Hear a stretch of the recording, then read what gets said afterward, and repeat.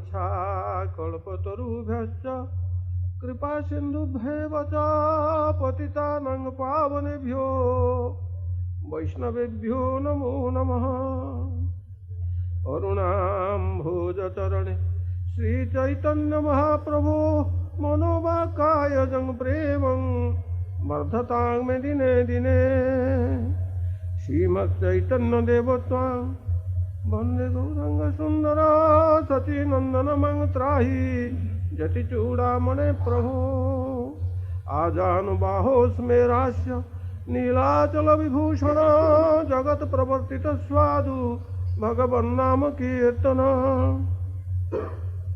अद्वैताचार्य संश्लाघिन सार्वभौमाभिनन्दक रामानन्दकृत प्रीत सर्ववैष्णव बान्धव। श्रीकृष्ण चरणाम्भोज प्रेमामृतमहम्बुधे नमस्ते दीनदीनं मां कदाचित् किं स्मरिष्यसि। रासाभिलाषो वसतिश्च वृन्दावने त्वदीसङ्घ्रिसरोजसेवा लभ्या च पुंसां कृपया तवैव वृन्दे नमस्ते चरणारविन्दम्।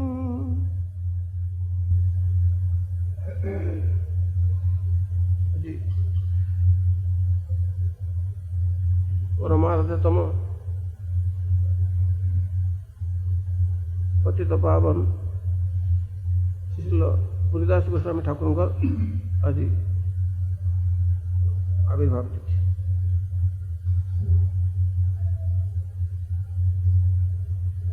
गुरुदेव हेले लादिनी शक्तिर दूत।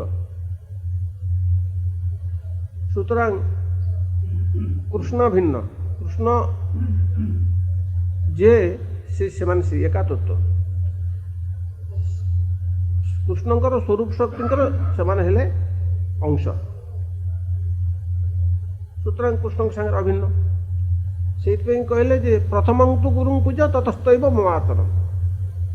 तो कहले प्रथम गुरु पूजा करके भगवान निजे कहते मोर अर्चन कले जाकर सिद्धि हम। सुतरां अवश्य गुरु जगत में बहु अच्छा किंतु वास्तविक जे आमको कृष्ण पाद पद्मर भगवत पाद पद्म प्रति आविष्ट करैब आकृष्ट करैब अभिनिष्ट करैब से हेले वास्तविक गुरु पदवाच्य। सुतरां से गुरुपाद पद्म प्रति आवेश अभिनिवेश ताही आमर काम्य। शुधु गुरु पाखु गली गुरु गोटे मते दीक्षा देदेले मु आसली गुरु घरे गुरु मो घरे मु सेटा को गुरुकरण कह जाए।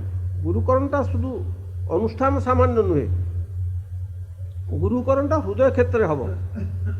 यही जगत गोटे पुओ सागर गोटे झील को बहुत कर दिया बहुत करदे कौन ताकर खाली संबंध हो गला। परस्पर जो हृदय मिलन न हो तो बहुत विच्छेद कहीं हो मन मिलूनी। परस्पर हृदय एक बार के एक आश एक प्राण हृदय बंधु हवा दरकार। परस्पर हृदयटा मिलवा दरकार तेरे जाकरी संपर्कटा ठीक है बोली कह। तो से प्रकार गुरु शिष्य संपर्क भी सैया। महाप्रभु जिते ईश्वर गुरुपाद को गुरु रूप वर्ण कले से कौन कहले यही आमी देह समर्पिलाऊँ तोमारे संसार समुद्र होते उद्धार हो मोरे कृष्ण पाद पद्मेर अमृत रस पान आमारे कराओ तुम यही चाहिए दान। यही हम शिष्यर गुरुपाद पद्मे प्रार्थना कृष्ण पाद पद्मेर अमृत रस पान आमारे कराओ तुम यही चाहिए दान। यही आमर काम्य। सुतरां गोटे गुरुकरण रूप अनुष्ठानटा कली हाँ लोके पचारे तुम क्या शिष्य नाम अमुक शिष्य है मोर अनेक गुरु भाई अच्छा से अनेक उच्च पदस्थ लोक इत्यादि इत्यादि ये यहीटा यही भूमिकार कथा यही जगतर कथा से गुरुकरण है यहाँ वास्तविक गुरुकरण पदवाच्य नुहे। जोटी गुरुदेव को हृदय सांगे हृदयटा खापे खापे मिशुची बा मिशिबा कि समस्त स्वार्थ तीरे तीरे त्याग करी जे ପ୍ରକୃଷ୍ଟ ରୂପରେ ଯତ୍ନମାନ ହେଉଛି ସେଇ ଗୁରୁକରଣଟା ହେଲା ଯଥାର୍ଥ ଗୁରୁକରଣ। ଏବଂ ଗୁରୁଦେବ ମଧ୍ୟ ସେମିତି କହିଲେ ଯେ ସେଇ ପ୍ରଭୁ ଧନ୍ୟ ଯେ ନା ଛାଡ଼େ ନିଜ ଜନ, ସେଇ ସେବକ ଧନ୍ୟ ଯେ ନା ଛାଡ଼େ ପ୍ରଭୁର ଚରଣ। ଦୁର୍ଦୈବେ ସେବକ ଯଦି ଯାଏ ଅନ୍ୟ ସ୍ଥାନେ, ସେଇ ପ୍ରଭୁ ଧନ୍ୟତାରେ ଚୁଲେ ଧରି ଆନେ। ଏ ହେଲା ଗୁରୁ ଶିଷ୍ୟ ସମ୍ପର୍କ, ଯେ ସେଇ ପ୍ରଭୁ ଧନ୍ୟ ଯେ ନା ଛାଡ଼େ ନିଜ ଜନ, ସେଇ ଗୁରୁଦେବ ଧନ୍ୟ ଯେ ନିଜ ଶିଷ୍ୟକୁ ଛାଡ଼ନ୍ତେ। କାରଣ ସେଠି ସମ୍ବନ୍ଧଟା ହୃଦୟ କ୍ଷେତ୍ରରେ, ସେଠି ଅର୍ଥ ନେଇ ସମ୍ବନ୍ଧ ନାହିଁ କି ଆଉ କୌଣସି ପ୍ରକାର ବ୍ୟାବହାରିକ ବା ଜାଗତିକ ସମ୍ବନ୍ଧ କିଛି ନାହିଁ। ସେଠି ସମ୍ବନ୍ଧ କେବଳ ହୃଦୟ କ୍ଷେତ୍ରରେ ସମ୍ବନ୍ଧ। ସେ ଆସିଛନ୍ତି ଜଗତବାସୀ ଜୀବଙ୍କୁ ଭଗବାନଙ୍କର ସମ୍ମାନ ଦେଇ ତାଙ୍କୁ ଭଗବାନଙ୍କ ପାଦ ପ୍ରତି ଆକୃଷ୍ଟ କରିବେ। ଗୋଟିଏ ମାତ୍ର ତାଙ୍କର କାରଣ ଉଦ୍ଦେଶ୍ୟ, ଆଉ କିଛି ଉଦ୍ଦେଶ୍ୟ। ସୁତରାଂ ସେଇ ଉଦ୍ଦେଶ୍ୟରେ ଯଦି ଆମେ ଗୁରୁପାଦ ପଦ୍ମକୁ ଆଶ୍ରୟ ନ କରୁ, ତାହେଲେ ଆମର ଗୁରୁପାଦ ଆଶ୍ରୟ ରୂପ ଅନୁଷ୍ଠାନ ବ୍ୟର୍ଥ ହେଇଯିବ, ତାର କିଛି ମୂଲ୍ୟ ରହିବନି। ସୁତରାଂ ଆମକୁ ସବୁବେଳେ ଦେଖିବାକୁ ହବ ଯେ ଆମେ ବାସ୍ତବିକ ଗୁରୁଦେବଙ୍କର ଅନୁସରଣ କରୁଛୁ କି ନାହିଁ। ଅନୁସରଣ, ଅନୁକରଣ ନୁହେଁ। ସେ ଯାହା ଯାହା ଶିକ୍ଷା ଦେଇଛନ୍ତି ସେଇ ଶିକ୍ଷାଟାକୁ ଅକ୍ଷର ଅକ୍ଷରେ ପାଳନ କରୁଛୁ କି ନାହିଁ। ସେଇ ଶିକ୍ଷାଟା ପାଳନ କରିବାକୁ ହେଲେ ସେଥିପାଇଁ କି ଯଥେଷ୍ଟ କିଛି ସ୍ୱାର୍ଥ ତ୍ୟାଗ କରିବାକୁ ପଡ଼ିବ। ସ୍ୱାର୍ଥ ତ୍ୟାଗ ନ କଲେ ହେବନି। କାହିଁକି ଏଇ ଜଗତରେ ମଧ୍ୟ ଆମେ କୌଣସି ଗୋଟେ କାର୍ଯ୍ୟ କଲେ, ଗୋଟେ ବନ୍ଧୁ ଘରକୁ ଗଲେ, ତାର କିଛି ସେବା କଲେ, ସେଥିପାଇଁ ଆମକୁ ସ୍ୱାର୍ଥ, ଅର୍ଥ ରୂପକ ସ୍ୱାର୍ଥ, ଶ୍ରମ ରୂପକ ସ୍ୱାର୍ଥ, ସବୁ ରୂପକ ସ୍ୱାର୍ଥ ତ୍ୟାଗ କରିବାକୁ ପଡ଼ୁଛି। ତାହା ନହେଲେ ବନ୍ଧୁ ସାଙ୍ଗରେ ବନ୍ଧୁର ସମ୍ପର୍କ ଟିକେ ହେଇପାରିବନି। ସେମିତି ସ୍ୱାମୀ ସ୍ତ୍ରୀ ସମ୍ପର୍କ ସେଇ, ବାପ ପୁଅ ସମ୍ପର୍କ ସେଇ, ସବୁଠି ସମ୍ପର୍କଟା କେବଳ ସେବା ସେବା ସେବା ମାଧ୍ୟମରେ ଏଇ ସମ୍ପର୍କଟା ପ୍ରତିଷ୍ଠିତ ହେଉଛି। ଏବଂ ସେବା ମାନେ ସେବ୍ୟ ଉଦ୍ଦେଶ୍ୟରେ ସ୍ୱାର୍ଥ ତ୍ୟାଗ। ମୁଁ ଯାହାଙ୍କର ସେବା କରିବି ତାଙ୍କ ଉଦ୍ଦେଶ୍ୟରେ ସ୍ୱାର୍ଥ ତ୍ୟାଗ ହେଲା ସେବାର ଲକ୍ଷ୍ୟ। ଏବଂ ସେବା ମାଧ୍ୟମରେ ସମ୍ପର୍କ ପ୍ରତିଷ୍ଠା ହେଉଛି। ସେବାଟା ହେଲା ସର୍ବଶ୍ରେଷ୍ଠ ମାଧ୍ୟମ।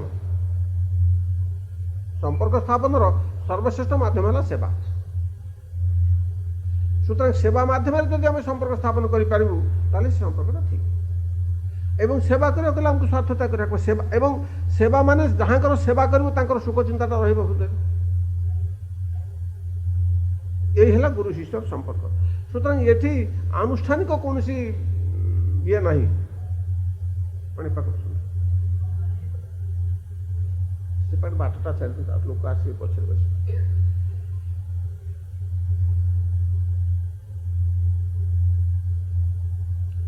ଆନୁଷ୍ଠାନିକ ସମ୍ପର୍କଟା ସମ୍ପର୍କ ନୁହେଁ।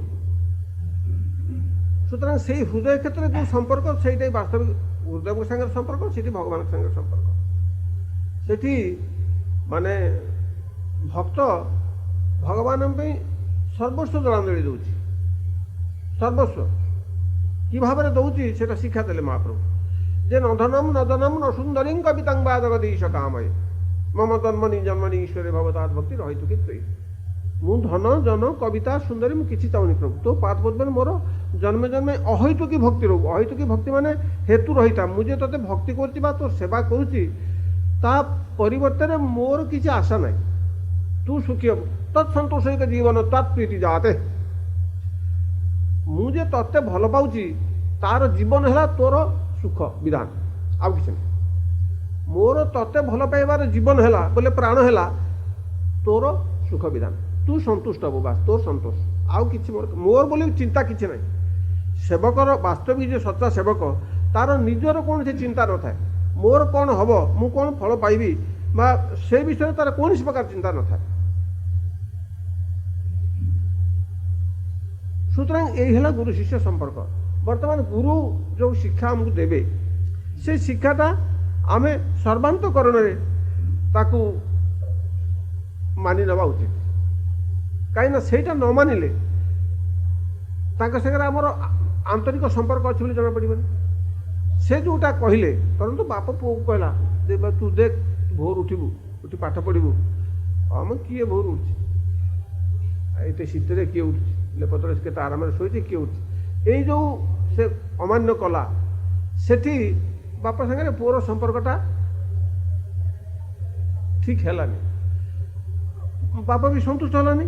ପୁଅ ଯଦି ବାପ କହିବା ଅନୁସାରେ ପାଠ ପଢ଼ିଲା, ସେ ଯାହା ଯାହା କହୁଛି ତା ଉପଦେଶ ପାଳିଲା, ନିଶ୍ଚୟ ବାପା ତାପରେ ସନ୍ତୁଷ୍ଟ ହେବ।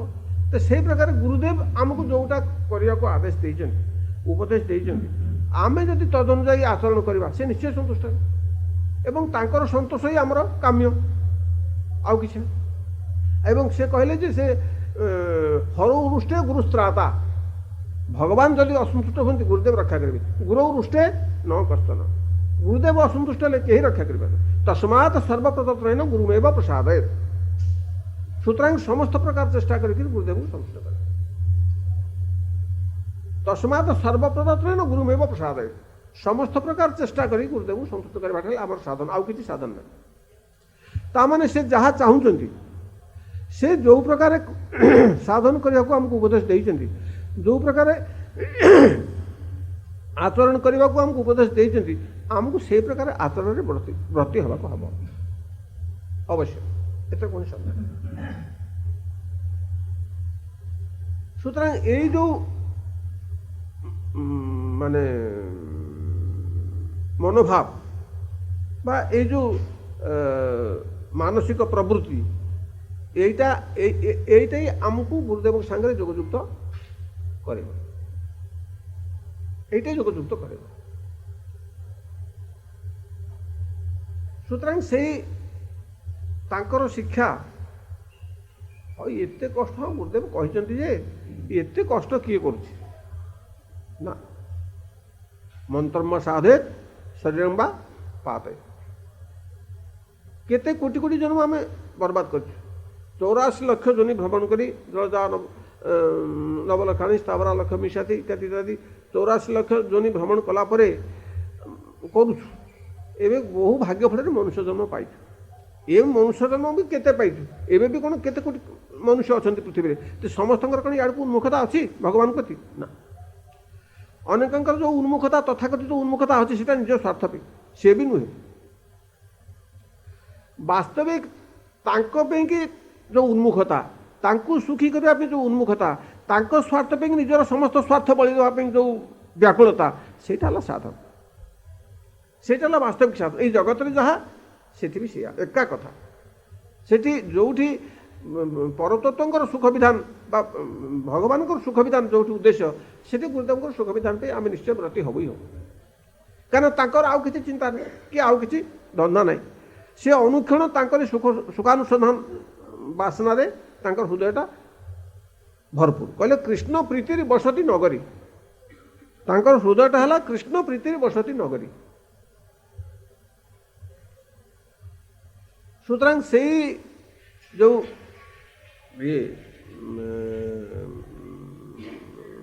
ଗୁରୁପାଦ ପଦ୍ମ, ସୁତରାଂ ତାଙ୍କ ପ୍ରତି ଯଦି ଆମେ ଡିଭୋଟେଡ୍ ହେବୁ, ତାଙ୍କ ସାଙ୍ଗେ ଯଦି ଡକ୍ଟେଡ୍ ହେବୁ, ତାଙ୍କ ଇଚ୍ଛାରେ ଯଦି ଇଚ୍ଛା ମିଶେଇବୁ, ତାହେଲେ ନିଶ୍ଚିତ ଭାବରେ ତାଙ୍କର ହୃଦୟର ଭାବଟା ଆମଠି ସଞ୍ଚାରିତ ହେବ। ସଂସର୍ଗତା ଦୋଷ ଗୁଣା ଭବନ୍ତି, ସେଇ ନ୍ୟାୟ ଅନୁସାରେ। ଏଇ ଜଗତରେ ଯେହେତୁ ଆମେ ହାତରେ କିରାସିନଟା ଧୋଇଲୁ, ହାତ କିରାସିନ ଗନ୍ଧେଇବ, ଗୋଲାପ ଫୁଲଟେ ଧୋଇଲୁ, ଗୋଲାପ ଫୁଲ ବାସିବ, ସଂସର୍ଗତା ଦୋଷ ଗୁଣା ଭବନ୍ତି। ସେହି ପ୍ରକାର ଗୁରୁଦେବଙ୍କ ସଂସର୍ଗରେ ଯଦି ଆମେ ଘନିଷ୍ଠ ଭାବରେ ଆସିବୁ, ତାଙ୍କର ଗୁଣ ଆମଠି, ଦୋଷ ତ ନାହିଁ, ତାଙ୍କର ଗୁଣ ଆମଠି ସଞ୍ଚାରିତ ହେବ। এইটা ହେଲା ଗୁରୁକରଣ, এইটা ହେଲା ବାସ୍ତବିକ ଗୁରୁକରଣ। সুতরাং এই যে এপাকে এটি প্রমথ, সুতরাং এই যে গুরুকরণ, এই ହେଲା ଗୁରୁକରଣଟା ବାସ୍ତବିକ ଗୁରୁକରଣ। କିନ୍ତୁ সেই ପ୍ରକାର ଗୁରୁକରଣ ଆଜିକାଲି ଦୁର୍ଲଭ ଦୁର୍ଲଭ। ଏଠି ଗୁରୁକରଣ ମାନେ ଆମେ ଗୁରୁ କରିବୁନି। এই জগତରେ ସମସ୍ତେ ଗୁରୁ କରୁଛନ୍ତି, କିନ୍ତୁ ଆମେ ଶିଷ୍ୟ ହବୁ।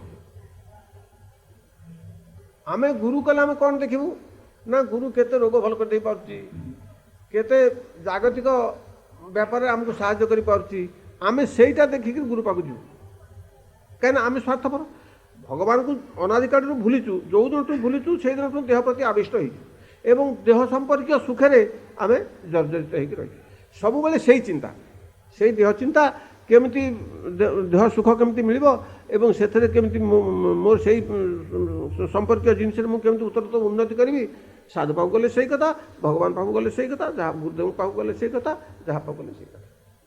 সুতরাং এই যে সম্পর্ক, এই সম্পর্কটা কেবল বিমুখতার, ইয়ার সম্পর্কর কারণ হল বিমুখতা, কিন্তু সেটি সম্পর্কটা ওল্টা, সেটি বিমুখକୁ সে উন্মুখ করেবে।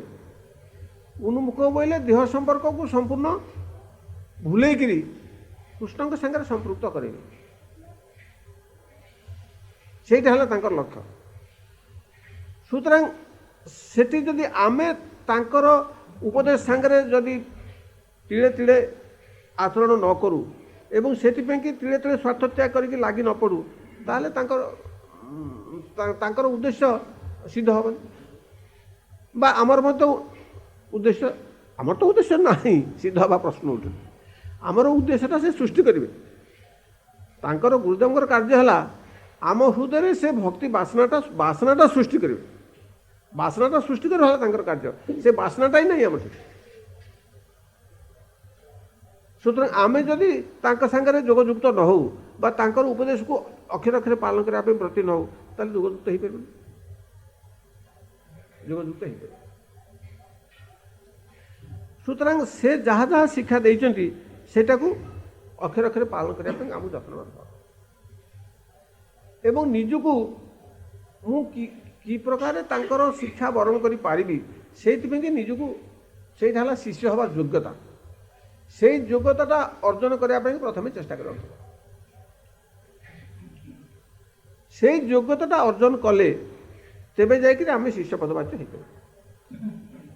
ସୁତରାଂ ଗୁରୁଦେବ ମୋତେ ଶିଷ୍ୟ କରିବେ, ମୁଁ ଗୁରୁ କରିବିନି। ସୁତରାଂ ତା ପୂର୍ବରୁ ମୋର ଯେଉଁ ସାଧନ, ମୋର ସାଧନର ଏକମାତ୍ର ଉଦ୍ଦେଶ୍ୟ ହେବା ଦରକାର ବା ମୋର ସାଧନର ପ୍ରାଣ ହେବା ଦରକାର, ମୁଁ କେମିତି ସର୍ବତ ଭାବରେ ଗୁରୁଦେବଙ୍କୁ ସନ୍ତୁଷ୍ଟ କରିବି। ତସ୍ମାତ୍ ସର୍ବପ୍ରଦତ୍ତେନ ଗୁରୁମେବ ପ୍ରସାଦ, এইটা ହେଲା ମୋର ସାଧନ, ଆଉ କିଛି ସାଧନ ନାହିଁ। ପ୍ରଥମ କଥା ତ ମୋ ଦ୍ୱାରା ସାଧନ ହେବନି, ଭକ୍ତି ସାଧନ ଜୀବର ଚେଷ୍ଟା ସାଧ୍ୟ ନୁହେଁ। କାହିଁକି ଭକ୍ତି ତ ହେଲା ଲାଦିନୀ ଶକ୍ତିର ବୃତ୍ତି ଏବଂ ଜୀବଟି ଲାଦିନୀ ଶକ୍ତିର ସ୍ଥିତି ନାହିଁ। ସୁତରାଂ ଜୀବ କୌଣସି କ୍ରମେ ଭକ୍ତି କରିପାରିବ ନାହିଁ, ଶତ ଚେଷ୍ଟା କଲେ ବି ସେ ଭକ୍ତି କରିପାରିବନି। ଦେଖାଯାଉଛି ଭକ୍ତି କରୁଛି, କିନ୍ତୁ ସେ ଯେଉଁ ଭକ୍ତି କରୁଛି ସେ ଭକ୍ତି ହେଉଛି ସଗୁଣା। ସଗୁଣା ମାନେ ସେ ଭକ୍ତିଟା ନିଜର ସ୍ୱାର୍ଥ ସିଦ୍ଧି ପାଇଁ ଉଦ୍ଦିଷ୍ଟ, ଆଇଦର ତାମସୀ କିମ୍ବା ରାଜସୀ କିମ୍ବା ବଡ଼ ଜୋର ସାତ୍ବିକୀ। କର୍ମ ନିର୍ଦ୍ଧାର ଉଦ୍ଦେଶ୍ୟ ପରସ୍ପର ବା ଯଦର୍ପଣମ ଯଜେତ ଜଷ୍ଟବ ମିଳିବା ପୃଥକ ଭାବ ସାତ୍ବିକ। ପୃଥକ ଭାବ, ସେ ପୃଥକ ଭାବ ବୋଇଲେ ଭଗବାନଙ୍କ ସ୍ୱାର୍ଥ ତାର ସ୍ୱାର୍ଥ ପୃଥକ। ଭଗବାନଙ୍କ ତୁମାର ଇଚ୍ଛା ମୋର ଇଚ୍ଛା ମିଶାଇଲ, ଭଗବାନଙ୍କ ସ୍ୱାର୍ଥରେ ସେ ତା ସ୍ୱାର୍ଥଟାକୁ ସେ ମିଶାଇନି ବା ମିଶାଇବା ପାଇଁ ସେ ସଂକଳ୍ପବଦ୍ଧ ନୁହେଁ, ତାର ସ୍ୱତନ୍ତ୍ର ସ୍ୱାର୍ଥାନୁସନ୍ଧିତ୍ସା ଅଛି ଏବଂ ସେଇ ସ୍ୱାର୍ଥକୁ ପୂରଣ କରିବା ପାଇଁ ସେ ବ୍ୟସ୍ତ। ଲୋକେ ମୋତେ ସାଧୁ ବୋଲି କୁହନ୍ତୁ, ମୋର ବହୁତ ଶିଷ୍ୟ ହୁଅନ୍ତୁ, ମୋର ବହୁତ ଅର୍ଥ ହଉ, ମୋର ବହୁତ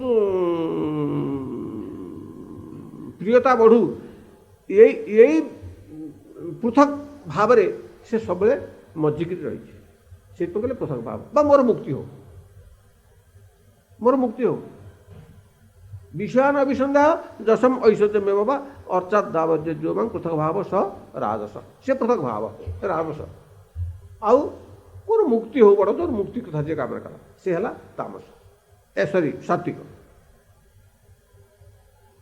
ଯିଏ ମୁକ୍ତି କାମନା କଲା ସେ, ଆମେ ସେଇଟାକୁ ବହୁତ ବଡ଼ ବୋଲି ଭାବୁଛେ, କିନ୍ତୁ ସେଇଟା ସଗୁଣା ଭକ୍ତି, ସେଇଟା ବିଲକୁଲ ଭକ୍ତି ପଦବାଚ୍ୟ ନୁହେଁ। ଯେଉଁ ଭକ୍ତିଟା ହିଁ ଜଗତରେ ବର୍ତ୍ତମାନ ଶତକଡ଼ା 99.9 ଲୋକ ଯେଉଁମାନେ ବାସ୍ତବିକ ସିନସିୟର ସାଧକ ସେମାନେ ସେଇ ଆଡ଼କୁ ଉନ୍ମୁଖ, ସେଇଟା ତାଙ୍କର କାମ୍ୟ, କିନ୍ତୁ ସେଇଟା କହୁଛନ୍ତି ସେଇଟା କପଟତା। ଶ୍ରୀମଦ୍ ଭାଗବତର ହଁ ନାଇଁ ମୁକ୍ତି କଥା ନ କହିଲେ, ଏଇ ଯେଉଁ କଥାଟା ମହାପ୍ରଭୁ କହିଲେ, ଏଇ ଯେଉଁ ଅହୈତୁକୀ ଭକ୍ତି କଥା, ଏ କଥା ତ ଯାହା ପ୍ରତି ଯାଦୃଚ୍ଛିକ ମହତ୍ତ୍ୱବାନ ଅଛି ତ ବୁଝିପାରିବନି, ଆଉ ତାକୁ ମୁକ୍ତି କଥା ନ କହିଲେ କ'ଣ କହିବେ? ଆଉ କିଛି ତ ହେଲେ କରିବ। ଯାହା ହଉ ମୁକ୍ତି ତ ଗୋଟେ ପୁଣି ସାମୁଖ୍ୟ, ମୁକ୍ତିଟା ତ ପାଇକିରି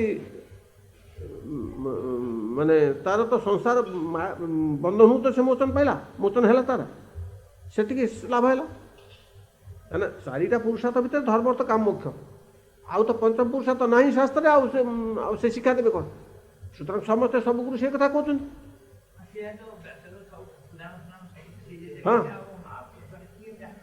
ना एक मुक्तिटा काम माने मुक्ति माने मु किछि फल पाउछि मु मायाग्रस्त हेछि मु वर्तमान माया मुक्त हेली फलटा मु पाइली किंतु फलटा जे एठे या भितर स्वार्थपरता अछि एटा हला सकैतव ये भक्तिटा हला सकैतवा भक्ति अकैतवा भक्ति हला कोन ना आश्लिष्यवा पादरतां पिनष्टुमाम अदर्शनान मर्महतां करोतुबा तथा तथा भावित धातु लंपटो मत प्राणनाथस्तु सएव नापर तमे मते हे प्रभु तमे मते बक्षस्थल आलिंगन करी बक्षस्थल चापी धर कि गोईठा मारी तड़ी दियो तमे जहा करो तथा तथा भावित धातु लंपटो मत प्राणनाथस्तु सएव नापर मोर प्राणेश कृष्ण अन्य नहे এই जो विचार এই विचार महाप्रभु ছাড়া কি কই না কারণ সে স্বয়ং স্বয়ং শ্রীকৃষ্ণ খালি শ্রীকৃষ্ণ নহନ୍ତି সে রাধা ভাবাবিষ্ট শ্রীকৃষ্ণ এবং সেই রাধারানীଙ୍କର ଯେଉଁ ଭାବ ଅନୁକ୍ଷଣ ଯେଉଁ ଅନ୍ତର୍ଦାହ ତାଙ୍କର ହୃଦୟରେ ଅନୁକ୍ଷଣ ବିରାଜମାନ ରହି ତାଙ୍କୁ ଶ୍ରୀକୃଷ୍ଣଙ୍କର ସ୍ମୃତିରେ ଏବାରକେ ଜର୍ଜରିତ କରି ରଖିଛି ସେଇ ରାଧା ଭାବ ନେଇକି ସେ ଆସିଥିଲେ ସୁତରାଂ ସେ ସେଇ ଶିକ୍ଷା ଜଗତକୁ ଦେଲେ ସେଇଥିପାଇଁ ସେଇ ରାଧାରାଣୀ ସର୍ବକ୍ଷଣ ସର୍ବତ ଭାବରେ ଶ୍ରୀକୃଷ୍ଣଙ୍କର ଶୋକ ବିଧାନ କରି ମଧ୍ୟ ସେ କହୁଛନ୍ତି ହାୟ ହାୟ ମୁଁ କିଛି କରିପାରିଲିନି व्याकुल करें बोली व्याकुल कहीं ना ये प्रीतिर लक्षण प्रीतिर लक्षण जो प्रीति थाए सेठी से जेते किसी कले से प्रीतिटा प्रीतिर स्वभाव हेतु तृप्ति आसेनी प्रीतिर तृप्ति नहीं जो प्रीति से कौन प्रकार तृप्ति ना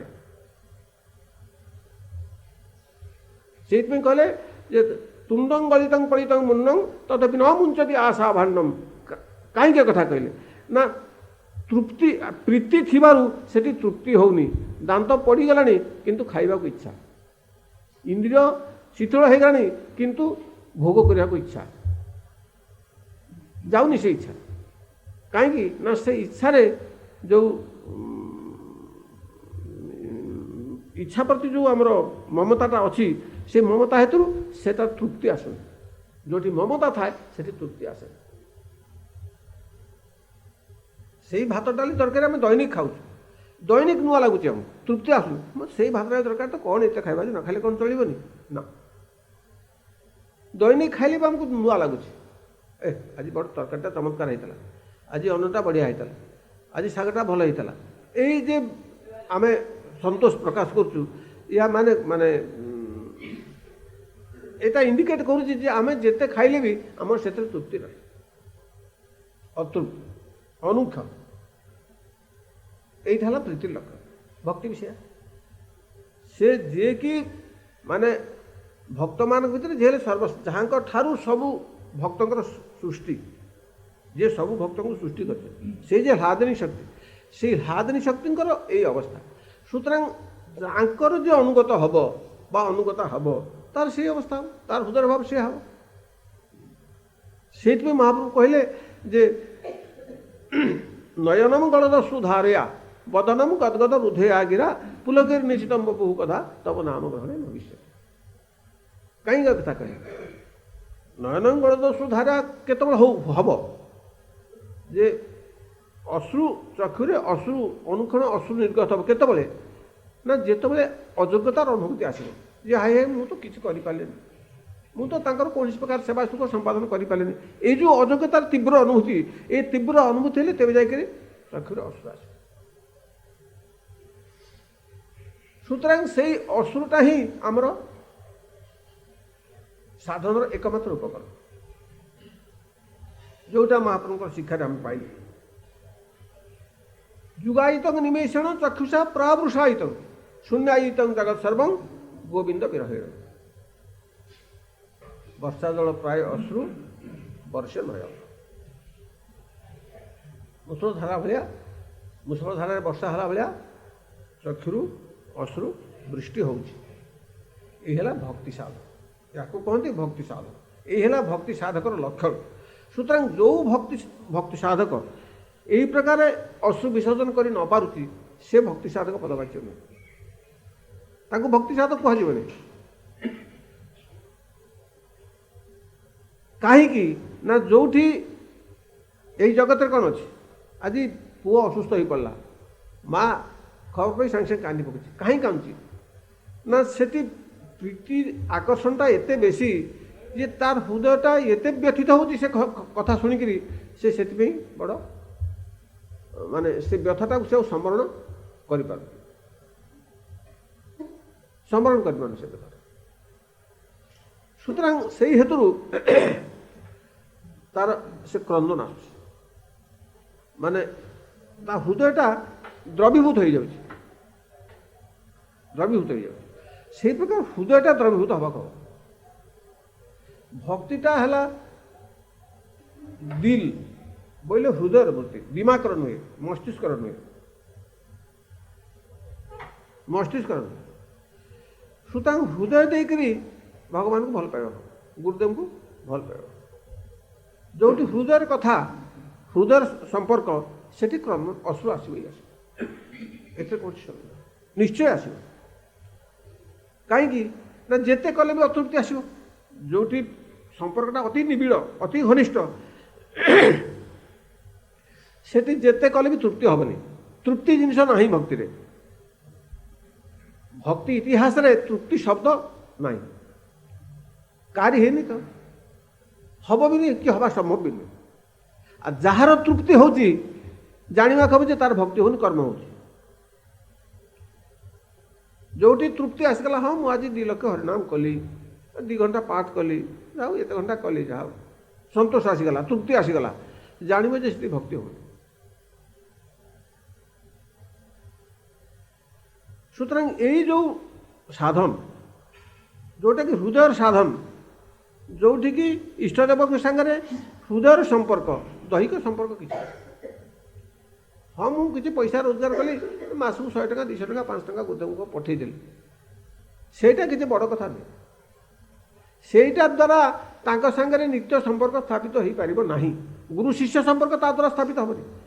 ମୁଁ ମାସକୁ ଗୁରୁଦେବଙ୍କୁ 1000 ଟଙ୍କା ପଠାଉଛି, ମୁଁ 1000 ଟଙ୍କା ପଠେଇଲେ ଯେ ମୁଁ ବଡ଼ ଶିଷ୍ୟ ହେଇଗଲି, ତା ନୁହେଁ। ଦୁର୍ଯ୍ୟୋଧନ କ'ଣ ବହୁତ ଜିନିଷ ଦେଇନଥିଲା? ଦୁର୍ଯ୍ୟୋଧନଙ୍କ ଭୋଗ ନା ଭାଇ ରୁଖ ଶାଗ ବିଦୁର ଘର ଖାଏ, ବିଦୁରର ଶାଗ ଟିକେ ଖାଇଥିଲେ। ସୁଦାମାଙ୍କର ସେଇ ମାଗି ଆଣିବା ଖୁଦ ଟିକେ କାଢ଼ିକି ଖାଇଥିଲେ।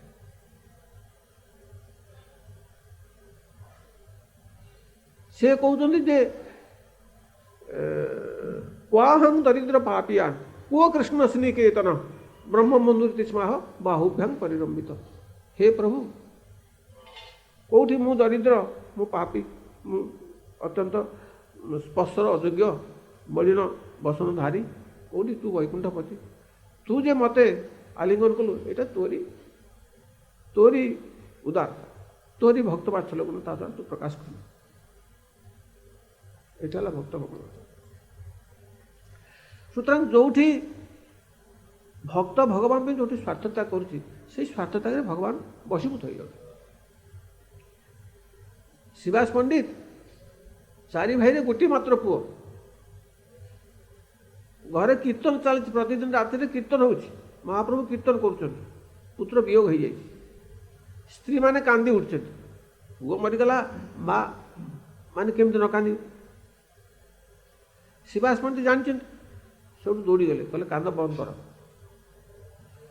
ତମେ କାନ୍ଦିକିରି ଯଦି ମହାପ୍ରଭୁଙ୍କର କୀର୍ତ୍ତନ ସୁଖ ଭଙ୍ଗ କରିବ, ପୁଅ କ'ଣ ମରିଛି, ମୁଁ ବି ଯାଇକିରି ଗଙ୍ଗାରେ ବୁଡ଼ି ମରିବି। ମାନେ କି ଅକୃତ୍ରିମ ସ୍ୱାର୍ଥ ତ୍ୟାଗ। ଏବଂ ତାଙ୍କର ମୁଖମଣ୍ଡଳରେ ପୁତ୍ର ବିୟୋଗ ଜନିତ କୌଣସି ଚିହ୍ନ ବି ନାହିଁ, କହିକିରି ଚାଲିଗଲେ, ତାଙ୍କୁ ବନ୍ଦ କରାଇଦେଲେ, କୀର୍ତ୍ତନରେ ଯୋଗ ଦେଲେ। ମହାପ୍ରଭୁ ତ ଅନ୍ତର୍ଯାମୀ, ସେ ଯେତେବେଳେ ଜାଣିଲେ, କହିଲେ ଶିବାସ ତମ ଘରେ କିଛି ଅମଙ୍ଗଳ ହେଇଛି କି? ମୋତେ ତ ଆଜି ସୁଖ ଲାଗୁନି। କହିଲେ ସ୍ୱୟଂ ବୈକୁଣ୍ଠନାଥ ଆପଣ ଯେଉଁଠି କୀର୍ତ୍ତନ କରୁଛନ୍ତି, ସେଠି ଅମଙ୍ଗଳର ପ୍ରଶ୍ନ କ'ଣ ଥାଇପାରେ?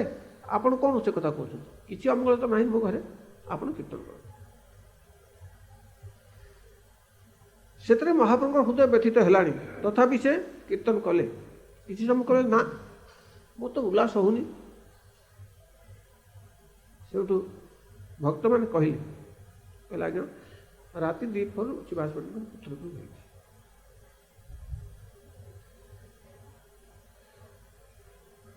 ସେଠୁ ମହାପ୍ରଭୁ କାନ୍ଦି ପକେଇଲେ, କହିଲେ ଓହୋ ପୁତ୍ର ଶୋକ ନା ଜାଣିଲ ଯେ ମୋହାର ପ୍ରେମେ, ସେଇ ସବୁ ସଙ୍ଗ ମୁଇଁ ଛାଡ଼ିବୁ କେମାନେ।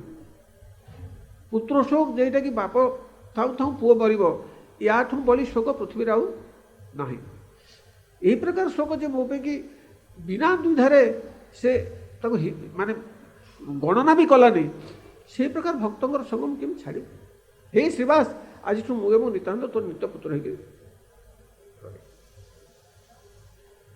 ତାପରେ ପୁଣି ପୁତ୍ରକୁ ସଂସ୍କାର କଲା ପରେ ଚାରି ଭାଇ ଯାକ ମହାପ୍ରଭୁ ପାଦପଦ୍ମରେ ପଡ଼ିକି ପ୍ରାର୍ଥନା କରୁଛନ୍ତି, ଓହେ ପ୍ରାଣେଶ୍ୱର, ଏ ହେନ ବିପଦ ଚିରଦିନ ଯେନ হয়। হে প্রভু, আমার এইরকম পুত্র সব চিরদিন হোক।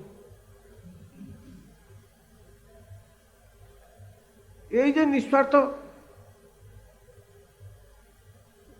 প্রার্থনা, এই যে ভক্ত এই যে নিজের স্বার্থକୁ তীরে তীরে এই ଯେଉଁ ଜଳାଞ୍ଜଳି ପ୍ରଦାନ, ଏଥିରେ ଭଗବାନ ବୈଷ୍ଣବ ହୋଇପାରିବେ। ସେ ହେଲେ ହୃଦୟେଶ୍ୱର, ଭଗବାନ ହେଲେ ହୃଦୟେଶ୍ୱର, ସେ ମସ୍ତିଷ୍କ ଈଶ୍ୱର ନୁହନ୍ତି, ସେ ହୃଦୟେଶ୍ୱର। ଯିଏ ହୃଦୟେଶ୍ୱର ତାଙ୍କୁ ଭଲ ପାଇ ପାରିଲା, ତାର ପ୍ରମାଣ ଯେ ସେ ତାର ସମସ୍ତ ସ୍ୱାର୍ଥକୁ ଧୀରେ ଧୀରେ ତାଙ୍କ ଜଳାଞ୍ଜଳି ଦେଇଛି। এই প্রকার যে স্বার্থକୁ ଜଳାଞ୍ଜଳି ଦେଇପାରିବ, ଭଗବାନ ତାର ବଶୀଭୂତ ରହିପାରିବେ। ସୁତରାଂ ତାଙ୍କୁ ବଶୀଭୂତ କରିବାରେ ଗୋଟିଏ ମାତ୍ର ବାଟ, ସ୍ୱାର୍ଥ ତ୍ୟାଗ, ଆଉ ଦ୍ୱିତୀୟ ବାଟ ନାହିଁ। କର୍ମାପ୍ରଣ ମାନେ ସେଇଆ, ଭକ୍ତି ମାନେ ସେଇଆ, ସବୁ ସେଇଆ। ଯେଉଁଟା ବାସ୍ତବିକ ସାଧନ ପଦବାଚ୍ୟ, ତାର ଅର୍ଥ ହେଲା ଯେ ସେଠି ସ୍ୱାର୍ଥ ତ୍ୟାଗ।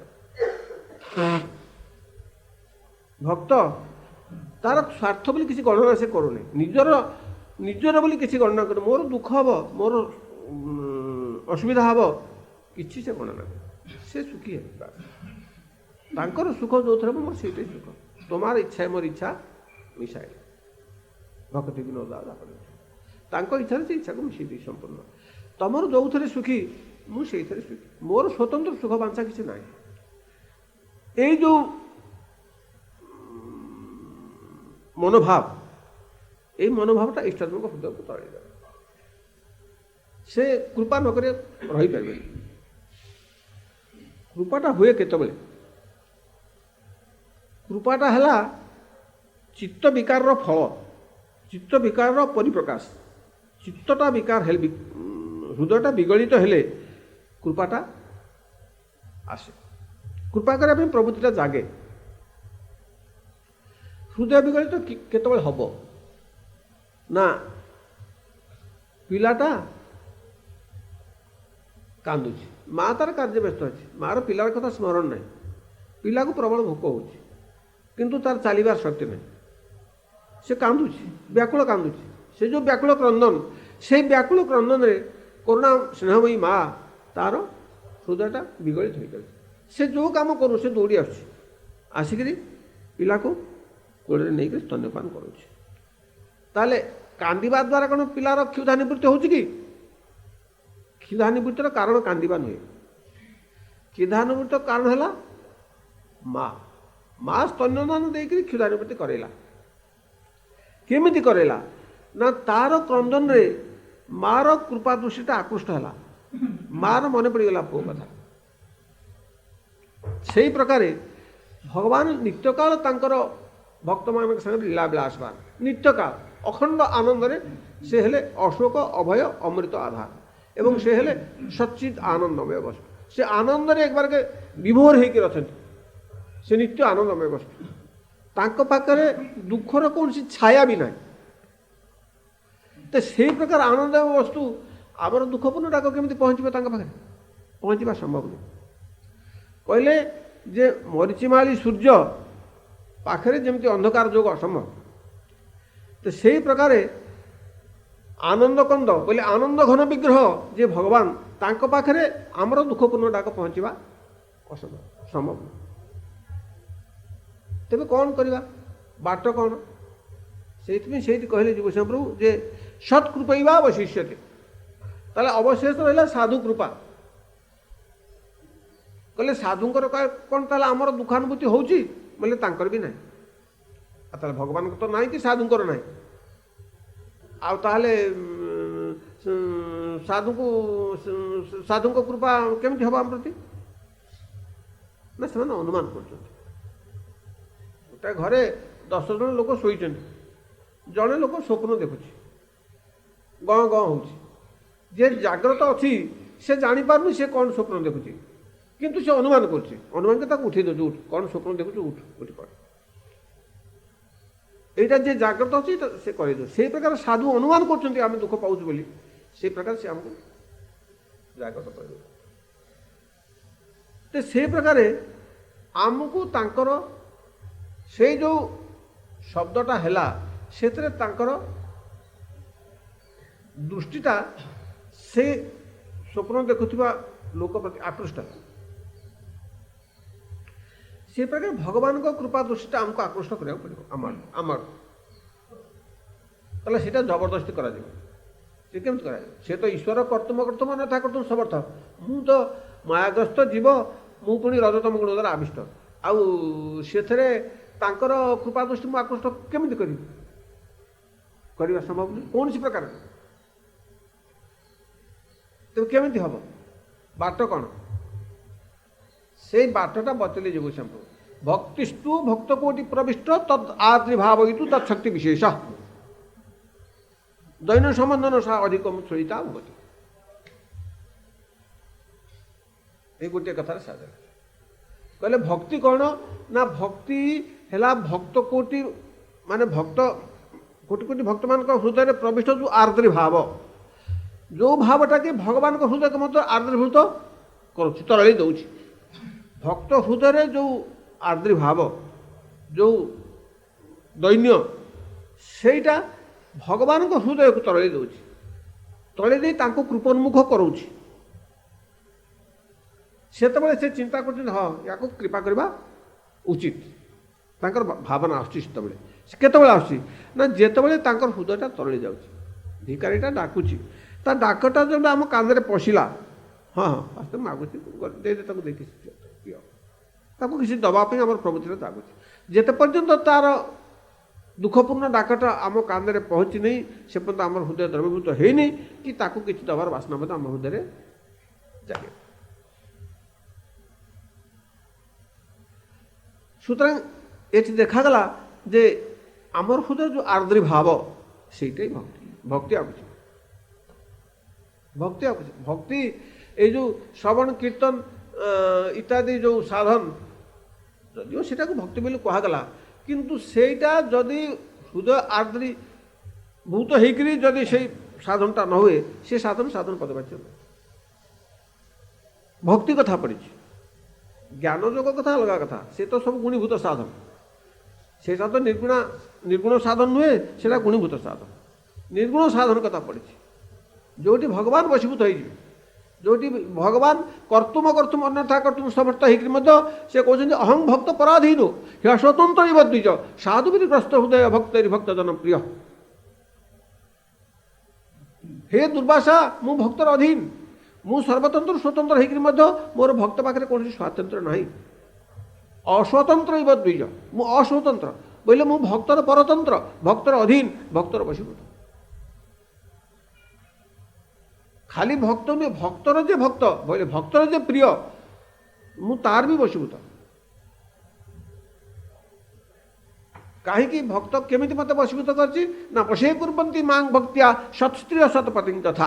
ଏଇଠି ସ୍ୱାର୍ଥ ତ୍ୟାଗର କଥା ଆସିଲା, এইটি স্বার্থত্যাগের প্রশ্নটা আসলা। বসে কুর্বন্তী মাং ভক্তিয়া সৎস্ত্রীয় সৎপতি যথা। সতী স্ত্রী যেমনি তার নিঃস্বার্থ সেবা দ্বারা পতিকে বশীভূত করেছি, মু ভক্ত সেমতি মতে বশীভূত করছি নিঃস্বার্থ সেবা দ্বারা। সুতরাং এইটি যে ভক্ত সম্পূর্ণ রূপে তার স্বার্থ ত্যাগ করি ভগবানকে বশীভূত করে পারিছি, সেই ভক্তই বাস্তবিক ভক্ত এবং সেই ভগবানଙ୍କ হৃদয়କୁ তরଳି পারিছি। ভগবানଙ୍କ কৃপার পাত্র সে এবং ভগবান তা পাখে নিজকে ঋণী বলে উপলব্ধি করছেন। ସୁଦାମା ଯେ ଗଲେ କୃଷ୍ଣଙ୍କ ପାଖକୁ, ତାଙ୍କର ଧନ ମାଗିବା ଲାଳସା ନଥିଲା। ସ୍ତ୍ରୀ ତାଙ୍କୁ ବାରମ୍ବାର କହିଲେ ଯେ ଦେଖ ଯେ ସ୍ୱୟଂ ନାରାୟଣ ଯେତେବେଳେ ତମର ସଖା, ଆମେ ଏତେ ଦାରିଦ୍ର୍ୟ ପୀଡ଼ିତ ହେଇକି ରହୁଛେ, ତାଙ୍କୁ ଟିକେ କହିଲେ ସେ କିଛି ଧନ ଦିଅନ୍ତିନି। ଆଉ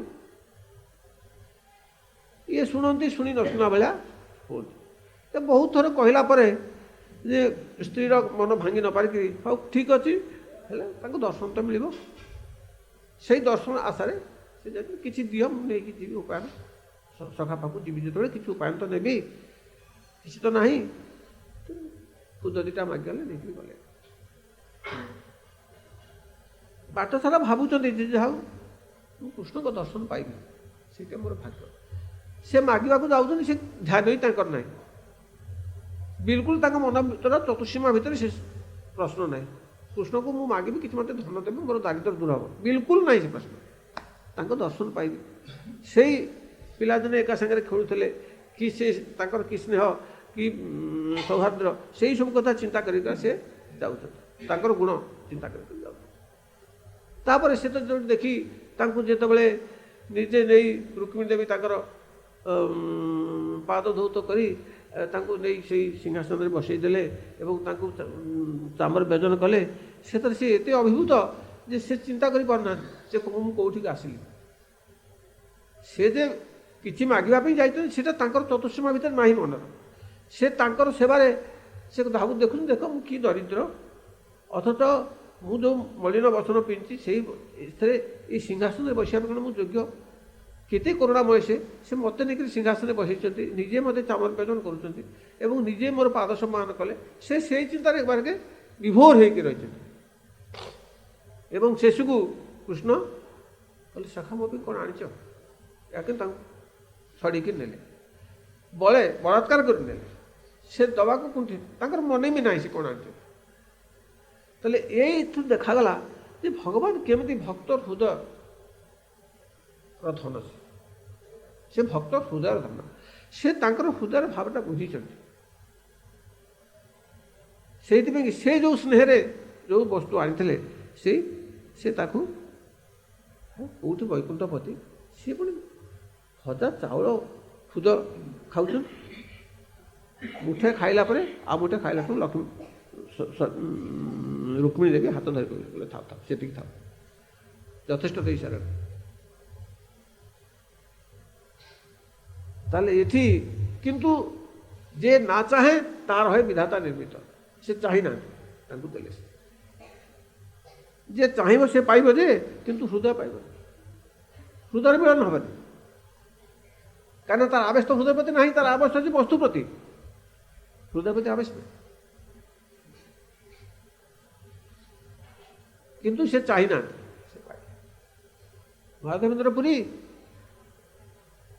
ସେ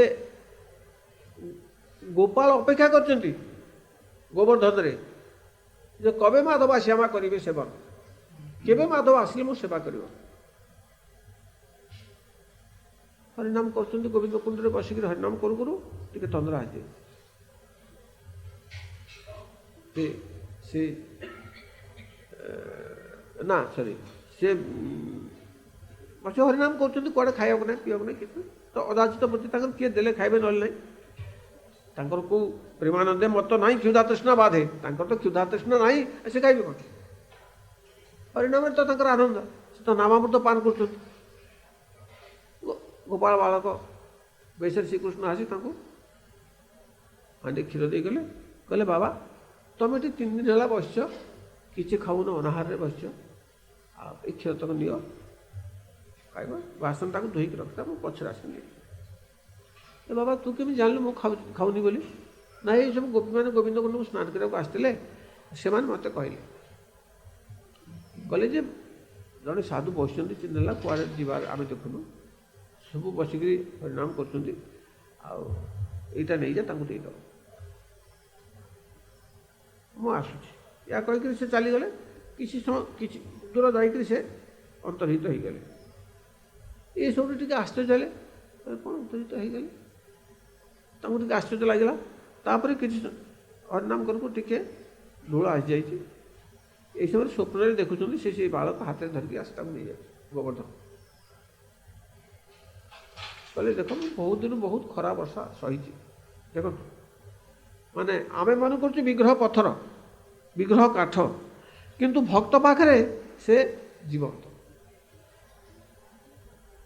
ମାଧବେନ୍ଦ୍ର ପୁରୀ ପାଖରେ ସେ ଜୀବନ୍ତ, ବଡ଼ ବିପ୍ର ପାଖରେ ସେ ସାକ୍ଷ୍ୟ ପ୍ରଦାନକାରୀ, ସେ ବିଚାରଣରେ ସାକ୍ଷ୍ୟ ପ୍ରଦାନକାରୀ। ବୃନ୍ଦାବନରୁ ଚାଲି ଆସିଲେ ବିଦ୍ୟାନଗର ସାକ୍ଷୀ ଦେବା ପାଇଁ। ଶାଳଗ୍ରାମ ଦେହରୁ ପ୍ରକାଶିତ ହେଲେ ଗୋପାଳ ଭଟ୍ଟଭୂଷଣ ଭକ୍ତର ବାଞ୍ଛା ପୂର୍ଣ୍ଣ କରିବା ପାଇଁ। ଭକ୍ତ ଚାହିଁଲେ କିଛି ଗହଣା ପିନ୍ଧିଥାନ୍ତି ଯଦି ବିଗ୍ରହ ହେଇଥାନ୍ତେ, ବିଗ୍ରହ ଧାରଣ କଲେ। ତାହେଲେ ଭକ୍ତ ପାଇଁ କ'ଣ ନ କରନ୍ତି? ସେ ଭକ୍ତ ଲାଗି ସେ ଅକାର୍ଯ୍ୟକରଣ କରନ୍ତି, ଯାହା କରିବାର ନୁହେଁ ତାହା ସେ କରନ୍ତି। ସୁତରାଂ ସେ ଦେଖ ଗୋପାଳ ଏ ମାଧବ, ମୁଁ ତମ ପାଇଁ ଅପେକ୍ଷା କରିଛି। ମୁଁ ବହୁତ ମୁସଲମାନ ମାନଙ୍କ ଭୟରେ ମୋର ସେବକ ମୋତେ ଏଇଠି ଜଙ୍ଗଲରେ ପକାଇଦେଇ ଯାଇଛି, ବହୁତ ଖରା ବର୍ଷା ସହିଣି। ତମେ କେବେ ଆସି ମୋର ସେବା କରିବ, ମୁଁ ସେଥିପାଇଁ ଅପେକ୍ଷା କରିଛି। ଭଗବାନ ହେଲେ, ବିଗ୍ରହ ହେଲେ କ'ଣ ନା ପରପେଚୁଆଲ ମାଇନର। ସେ ପରପେଚୁଆଲ ମାଇନର, ସେ ନିତ୍ୟ ନାବାଳକ। କାହିଁକି? ନାବାଳକ ନହେଲେ ଭକ୍ତ ସେବା ସେ ଗ୍ରହଣ କରିବେ କେମିତି? ସେଇଥିପାଇଁ ସେ ନିତ୍ୟ ନାବାଳକ। ସେଇ ହିସାବରେ ସେ ଭକ୍ତ ସେବା ଗ୍ରହଣ କରିବା ପାଇଁ ନାବାଳକ ହେଇଛନ୍ତି। ସୁତରାଂ ସେ ଏଇ ଆଦେଶ ଦେଇ ଅନ୍ତର୍ହିତ ହେଇଗଲେ। ତାପରେ ଆଙ୍କର ସେ ଜାଗ୍ରତ ହେଇଗଲେ। ସେଠୁ ବଡ଼ କାନ୍ଦିଲେ, ଯାହା ହେ ସାକ୍ଷାତ ଗୋପାଳ ଆସିଥିଲେ, ମୁଁ ତାଙ୍କୁ ଚିହ୍ନି ପାରିଲିନି, ଜାଣିପାରିଲିନି। ସକାଳ ହେଲା, ଗ୍ରାମମାନେ ସବୁ ଡାକିକିରି ନେଇକରି ଗଲେ। ଯେଉଁ ଯେଉଁ ରାସ୍ତା ସ୍ୱପ୍ନରେ ଦେଖିଥିଲେ ଠିକ୍ ସେଇ ରାସ୍ତାରେ ଗଲେ, ଦେଖିଲି ତାଙ୍କୁ ପାଇଲେ। ତାଙ୍କୁ ପାଇକିରି ତାଙ୍କୁ ସେଠୁ ଗ୍ରାମବାସୀମାନଙ୍କୁ ସବୁ କହିଲେ। ସମସ୍ତେ ବହୁ ଯତ୍ନ କରି ଯେତେ ଅଟା, ଦୁଧ, ଘିଅ, ପନିପରିବା ସବୁ ଆଣିକି ଗଦା ହେଲା। ସେଠୁ ଉତ୍ସବ ହେଲା। ତାଙ୍କୁ ସ୍ନାନ କରେଇଦେଲେ, ତଳେ ଇତ୍ୟାଦି ଲଗେଇକି ଦେହକୁ ଚିକଣ କଲେ, ସ୍ନାନ କରେଇଲେ। 178 ଘଟ ଜଳ ଆଣିକିରି ସୁବାସିତ ଜଳରେ ସ୍ନାନ କରେଇଲେ, ଭୋଗ ଦେଲେ। ପୁରୀ ଗୋସାଇଁ କହିଲ କିଛି ଗବ୍ୟ ଭୋଜନ। ଅନ୍ନକୂଟ ମହୋତ୍ସବ କରିଲେ ବହୁ ପ୍ରକାର ଜିନିଷ ଭୋଗ ଦେଲେ, କିନ୍ତୁ ପୁରୀ ଗୋସାଇଁ କହିଲେ କିଛି ଗବ୍ୟ ଭୋଜନ। ନିଜେ ସାମାନ୍ୟ ଟିକେ କ୍ଷୀର ପାନ କରିକି ବିଶ୍ରାମ କଲେ। ସେତେବେଳକୁ ପାପରା ବୁଢ଼ା, ମାନେ ସେଇ ଅବସ୍ଥାରେ ବୃନ୍ଦାବନ କାହିଁ, ପୁରୀ କାହିଁ, ସେ ଚାଲିକିରି ଆସିବେ। ମୋତେ ଗୋପାଳ କହିଲେ ଯେ ମୁଁ କେମିତି ଯିବି, ସେ ଚିନ୍ତା ନାହିଁ। ଗୋପାଳ ଚନ୍ଦନ ପିନ୍ଧିବେ ବୋଲି କହିଛନ୍ତି, ସେଇ ଆନନ୍ଦ ତାଙ୍କର ଏତେ ଅଧୀର ହୋଇଛନ୍ତି। ସେ ଆନନ୍ଦରେ ସେ ରାସ୍ତା ଚାଲି ଆସୁଛନ୍ତି, ସେ ଜାଣିପାରୁନାହାନ୍ତି। ତାହେଲେ ସେଇ ଯେ ପଥଶ୍ରମଟା ତାଙ୍କର ହେଲା, ତା କିଏ କରେଇଲା? ନା ସେଇ ଗୋପାଳଙ୍କୁ ଚନ୍ଦନ ପିନ୍ଧେଇବେ, ସେଇ ଯେଉଁ ପ୍ରବଳ ଆଗ୍ରହ, ସେଇ ଆଗ୍ରହରେ ସେ ଚାଲି ଆସିବେ। ସେ ଜାଣିନାହାନ୍ତି ପଥଶ୍ରମ କ'ଣ ଜାଣିନାହାନ୍ତି। ଆସିକି ରେମୁଣାରେ ପହଞ୍ଚିଲେ। ରେମୁଣାରେ ସେବକକୁ ପଚାରିଲେ ଯେ ଏଠି କ'ଣ ଭୋଗ ଦିଆ ହୁଏ? ନା ଏଠି ଗୋଟେ କ୍ଷୀର ପ୍ରସାଦ ଭୋଗ ଦିଆ ହୁଏ, ସେଇଟା ଅତି ଉପାଦେୟ। ସେଠୁ ମନେ ମନେ ଭାବିଲେ, ଏଇ ପ୍ରକାର କ୍ଷୀର ଟିକେ ଯଦି ମୋତେ କିଏ ଦିଅନ୍ତା ପ୍ରସାଦ, ତାହେଲେ ମୁଁ ତାକୁ ଆସ୍ୱାଦ କରିକିରି ମୋ ଗୋପାଳଙ୍କୁ ଏମିତି ଭୋଗ ଦିଅନ୍ତି। ବାସ୍ ଏତିକି ଚିନ୍ତା କରି ତାପରେ ଚାଲିଗଲେ। ତାପରେ କାହିଁକି ତାଙ୍କର ଭୋଗରେ ମୋର ଲାଳସା ହେଲା ବୋଲି ଯୋଗ ଧିକ୍କାର କରି ଚାଲିଗଲେ। ସେ ଗୋଟେ ହାଟ ଅଛି, ସେଇଠି ହାଟରେ ବସିକି ରାତିରେ ହରିନାମ କଲେ। ଏଠି ଆଉ ଗୋଟେ ଜିନିଷ ଶିକ୍ଷା ମିଳିଲା, ଯେଉଁମାନେ ହରିନାମର ସାଧକ ସେମାନେ ଯେ ରାତିରେ ଶୁଅନ୍ତିନି, ବସି ହରିନାମ କରୁଛନ୍ତି। ରାତି 2ଟାରେ ଗୋପୀନାଥ ସେବକକୁ ସ୍ୱପ୍ନ ଦେଲେ ଯେ ଉଠ, ମୋ ଦ୍ୱାର ଖୋଲ, ମୁଁ ଲୁଗା କାନି ତଳେ ଗୋଟେ କ୍ଷୀର ଲୁଚେଇକି ରଖିଛି। ମୋର ଜଣେ ଭକ୍ତ ଆସିଛି ମାଧବପୁରୀ ବୋଲି, ମୁଁ ତାକୁ ଲୁଚେଇକି, ସେ ଚାହିଁଥିଲା ଯଦି କ୍ଷୀର ପ୍ରସାଦ ଆସ୍ୱାଦ କରିବ ବୋଲି, ମୁଁ ତାକୁ ଲୁଚେଇକି ତାକୁ ନେଇକି ତାକୁ ଦିଆ। ଟିକେ ଇତସ୍ତତ କଲା, ଅସମୟରେ ଖୋଲିବି କି ନାହିଁ। ତାପରେ ଯାଉ ତା ଆଦେଶ କରିଛନ୍ତି, ସେଠୁ ଖୋଲିକିରି ସେ ତ ଦେଖିଦେଲା କାନି ତଳେ କ୍ଷୀରଟା, ତା ଆଖିରେ ଆଉ ଲୁହ ରହିଲା। ଯେ ଭଗବାନ ବି ଭକ୍ତ ପାଇଁ ଗର୍ହିତ କାର୍ଯ୍ୟ କରିପାରନ୍ତି, ଚୋରି ବି କରିପାରନ୍ତି, ସାକ୍ଷୀ ବି ଦେଇପାରନ୍ତି। ସେ କେତେ ଭକ୍ତ, କି ପ୍ରକାର ଭକ୍ତ ବତ୍ସଳ, ସେଇ କଥା ସ୍ମରଣ କରିକି ତା ଆଖିରେ ଆଉ ଲୁହ ରହିଲା। ଶୟନ ଦେଲା, ଓ ମାଧବପୁରୀ କିଏ ଅଛ ହୋ, ମାଧବପୁରୀ କିଏ ଅଛ ହୋ। ସେ ରାତି 2ଟାରେ ସେ ଡାକୁଛି, ଇଏ ତାଟଙ୍ଗା ରାତି 2ଟା ବେଳେ ମୋ ନାଁ କିଏ ଜାଣିଲା, ମୋତେ କିଏ ଡାକୁଛି? କ'ଣ ଆଜ୍ଞା ତମେ ମାଧବପୁରୀ? ଓହୋ କେଡ଼େ ଭାଗ୍ୟବାନ। ଏଇ କହିକିରି କ୍ଷୀର ଦେଇକିରି ତାଙ୍କୁ 4ଟା କଥା। ତାହେଲେ ଏଇ ଯେ ଭକ୍ତ ଏବଂ ଭଗବାନଙ୍କର ଏଇ ଯେ ସମ୍ପର୍କ, ଏଠି କୌଣସି ନୀତି ନିୟମ ବାଛ ବିଚାର କିଛି ନାହିଁ। ଯେଉଁଠି ହୃଦୟର ସମ୍ପର୍କ, ସେଠି ଏସବୁ ନଥାଏ, ସେଠି ଫର୍ମାଲିଟି ନଥାଏ, ସେଠି ବିଧି ନଥାଏ, ସେଠି ବାଛବିଚାର ନଥାଏ, ସେଠି କିଛି ନଥାଏ, ଯେଉଁଠି ପ୍ରୀତି ସମ୍ପର୍କ, ସେଇ ପ୍ରୀତି ସମ୍ପର୍କ କଥା ହିଁ ମହାପ୍ରଭୁ ଶିକ୍ଷା ଦେଲେ। ଏବଂ ଆମର ସୌଭାଗ୍ୟ ଆମେ ଯେଉଁ ଗୁରୁଦାସ ଗୋସ୍ୱାମୀ ଠାକୁରଙ୍କ ସଂସ୍ପର୍ଶରେ ଆସିଛୁ, ସେ ପ୍ରଭୁ ସେ ଆମକୁ ସେଇ ପ୍ରୀତି ସମ୍ପର୍କ କଥା ଶିକ୍ଷା ଦେଲେ। ଭକ୍ତି ବୀଜାର୍ପଣେ ନୈବ ଶ୍ରେଷ୍ଠ ସ୍ମୃତି ବିଧାୟ, ଭକ୍ତି ବୀଜାର୍ପଣେ ନୈବ ଶ୍ରେଷ୍ଠ ସ୍ମୃତି ବିଧାୟ।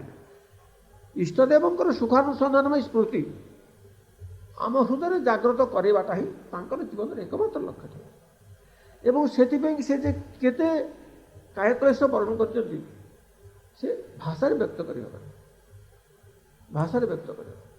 କାହିଁକି ନା ସେଇଟା ତାଙ୍କର ଏକମାତ୍ର ଲକ୍ଷ୍ୟ ଥିଲା।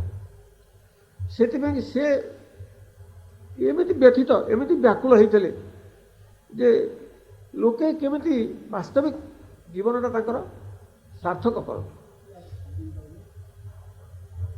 ତାଙ୍କର ସୁଖ ବିଧାନ କରିକିରି ନିଜର ଜୀବନଟାକୁ ବି ସାର୍ଥକ କରନ୍ତି। ସେଇଥିପାଇଁ ସେ ଏତେ ବ୍ୟାକୁଳ ହେଇଥିଲେ ଯେ ତାକୁ ସବୁ କଥା ସେ ଭୁଲି ଯାଇଥିଲେ। ନିଜର ବୋଲି ସୁଖ ସ୍ୱାଚ୍ଛନ୍ଦ୍ୟ କଥା କେବେ ଖ୍ୟାଲ କରିନାହାନ୍ତି। ସୁତରାଂ ତାଙ୍କର ଏଇ ଯେଉଁ ବ୍ୟାକୁଳତା, ଆମର ଏତେ ଦୁର୍ଭାଗ୍ୟ ଯେ ତାଙ୍କ ସାଙ୍ଗରେ ଏତେ ଦିନ ସମ୍ପୃକ୍ତ ହେଇ ମଧ୍ୟ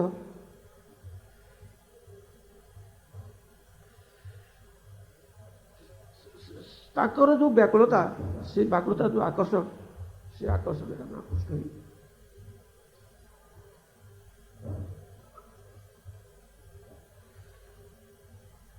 ଆକୃଷ୍ଟ ହେଇ ହେଇପାରିଲୁ। ସେଇ ଆକର୍ଷଣରେ ଥରେ ଯେ ପଡ଼ିବ ତାର ଆଉ ସଂସାର ତ ଦୂର କଥା, ରତିରାସ ଭବେ ତୀବ୍ର।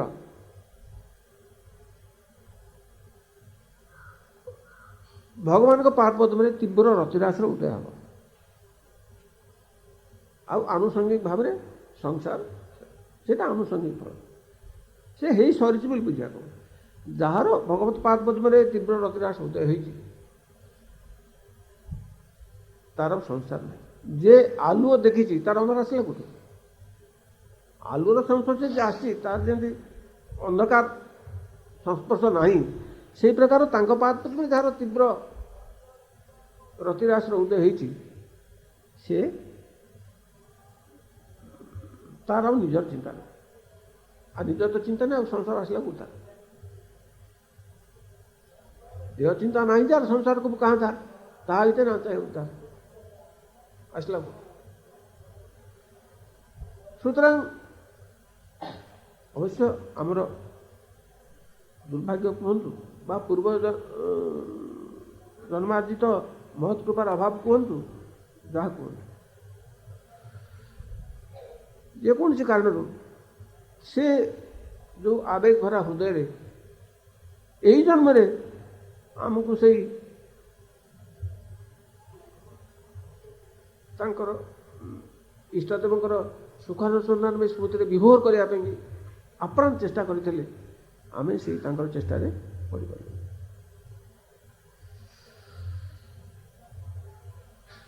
ତାଙ୍କର ଯେଉଁ ଆଦର୍ଶ ଆଚରଣ, ଯେଉଁ ଶିକ୍ଷା, ସେଇଟା ଏ ଜଗତରେ ବିରଳ।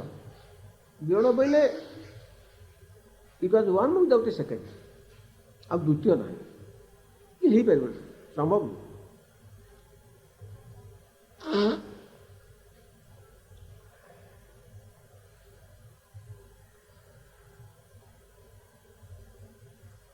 এই ପ୍ରକାର ଯେ ବ୍ୟାକୁଳତା ତାଙ୍କର କାହିଁକି ନା, ଏଇ ବ୍ୟାକୁଳତାଟା କ'ଣ ପ୍ରକାଶ କରୁଛି ନା ତାଙ୍କର ଇଷ୍ଟଦେବଙ୍କ ପ୍ରତି ଆବେଶଟା କେତେ ତୀବ୍ର ଥିଲା। ତାଙ୍କର ଯେଉଁ ଇଷ୍ଟଦେବଙ୍କ ପ୍ରତି ତୀବ୍ର ଆବେଶ, ସେଇ ଆବେଶ ହେତୁ ସେଇ ଆବେଶରେ ସେ ଏତେ ବ୍ୟଥିତ ହେଇଥିଲେ ଯେ ସେ ତାଙ୍କର ସମସ୍ତ ସୁଖ ସ୍ୱାଚ୍ଛନ୍ଦ୍ୟ ସେ ଯେ ଭୁଲିଛନ୍ତି, ସେ କଥା ସେ ଖ୍ୟାଲ ନାହିଁ ତାଙ୍କର, ଭୁଲିଛନ୍ତି। कहीं बुलूँ ना केमिति समस्ते यही इष्टदेव प्रति आकृष्ट हो मुझे जमी समस्ते हूँ जी मद खाए सी टे चाहे आ 5 जन ता साथी आसिक एका संगे मद खा कि भल जिनटा हेले सांगसाथी प्रिय लोक जो अच्छा देकर खाया को आनंद लगे तो से प्रकार सी जे सर्वोत्तम वस्तु आस्वादन कर वस्तु जो मैंने सांगे शिष्य संपर्क संपृक्त होती से केमी आस्वादन करूँ से एकमात्र लक्ष्य था से केवे चाहिना जे मोर शिष्य संज्ञा बढ़ु मोर जगत में प्रतिष्ठा हो मोर जगत में ख्याति हो कि मोर बहुत अर्थ लाभ हो सी कौन प्रकार बासनार लेश मात्र ना स्पर्श ही कर से एपरी भाव में पदाघात करते कनक कामिनी प्रतिष्ठा ये सब एपरी भाव में पदाघात करते से दृष्टांत जगत में विरल आउ नहीं सारा जीवन से केवे 3rd क्लास छड़ा कौन सी क्लास रे ट्रेन रे केवे ट्रैवल करना एटा जे से आमर वास्तविक से तो धारणा था मुझे एत बड़ मिशन आचार्य मोर गोटे सम्माननीय श्रेणी रे यात्रा करवाटा मो पक्षे उचित से विचार जदि था तांकर सम्मान बा तांकर स्थिति विषय जदि से टिके कनसियस होते से निश्चय कौन सी उपर श्रेणी जावा कथाटा चिंता करते किंतु से विषय से आदौ अवहित नथिले आदौ से विचार ही तांको स्पर्श कर न था सुतरां से सब बेले 3rd क्लास छड़ा कौन सी क्लास ऊपर क्लास के जीवन काल भर के जाइना एवं निजर कौन प्रकार ख्याति हो बोली सियाड़ को टिके लक्ष्य कहीं प्रतिष्ठा जो गोटे जिनस लोक साधु होती धन छाड़ी घर छाड़ी स्त्री छाड़ी सब छाड़ी किंतु प्रतिष्ठा रूपक जिनस तक छाड़ी पार प्रतिष्ठा छाड़ी पार एवं से प्रतिष्ठा को से एक बार तीरे तीरे पदाघात करते केमिति कले ना तांकर इष्टदेव सुखानुसंधिष्ठा जो तीव्र व्याकुलता से व्याकुलता हेतु से एटा जे तांकर अज्ञात सारे प्रतिष्ठा को से पदाघात करते जाना से जे जाणिक कनसियस होकर प्रतिष्ठा को पदाघात कले यही प्रतिष्ठा को मत पदाघात करने हम प्रतिष्ठा को त्याग करने हम ना से कनसियस नथिले से विषय सेटा अपना छाए त्यक्त हो गला जमती मंजीटा पोतिले जिते बीजपत्र बाहर से चोपाटा अपना छाए खसी पड़े अपना छाए खसी पड़े से प्रकार तांकर इष्टदेव प्रति एते अविचलित आवेश से आवेश हेतु से जे प्रतिष्ठा को तीरे तीरे पदाघात कर ज्ञान से ऑटोमेटिकली हो जाए अज्ञान सार से कनसियस न थी चुपाटा खसी पड़ा भाया मंजी को जमी कहले जे भरत महाराज जुब मलबत उत्तम श्लोक लालस जुबैब युवा काले यौवन अवस्था से संसारटा को त्याग कले केमिति त्याग कले ना मलबत कहले खाली मलबत त्याग कले कहना कहीं त्याग कले ना उत्तम श्लोक लालस से उत्तम श्लोक लालस हो बोले भगवान प्रति लालसा युक्त प्रीतियुक्त ममतायुक्त अभिनिविष्ट हो से अभिनिविष्टा आपण चली से मलबत त्याग कले से जानी ना त्याग कर मलटा त्याग कले कहीं भावे जे मुझे कौन त्याग कली बोली से प्रकार त्याग कले या त्याग भी से जो तीव्र बासना से बासनाटा है तार कारण यहाँ सेटा मुख्य कारण यहाँ गौण कारण से मुख्य यहाँ गौण सुतरां वास्तविक आमे जदि तांकर ତାଙ୍କ ସାଙ୍ଗରେ ସମ୍ପୃକ୍ତ ହେବାକୁ ଚାହୁଁ ତାହେଲେ ଆମକୁ ସେଇ ପ୍ରକାରେ ଏକନିଷ୍ଠ ହେବାକୁ ହେବ ଏବଂ ସମସ୍ତ ସ୍ୱାର୍ଥ ଜଳାଞ୍ଜଳି ଦେବାକୁ ତ୍ୟାଗ କରିବାକୁ। ତାହେଲେ ହେବ ନା ଏକନିଷ୍ଠ ହେଇକି ତାଙ୍କର ଆମର ସମସ୍ତ ସ୍ୱାର୍ଥ ତ୍ୟାଗ ନ କଲେ ତାଙ୍କ ସାଙ୍ଗରେ ସମ୍ପର୍କ ପ୍ରତିଷ୍ଠିତ ହେଇପାରିବନି, କଦାପି ହେବନି। ଏଇ ହେଲା ଗୁରୁ ଶିଷ୍ୟ ସମ୍ପର୍କର ଏଇଟା ହେଲା ମାନେ ବାଟ, এইটা ହେଲା একমাত্র ବାଟ, ଆଉ ବାଟ ନାହିଁ। সুতরাং ସେ ଯେଉଁ ଶିକ୍ଷାଟା ଆମକୁ ଦେଲେ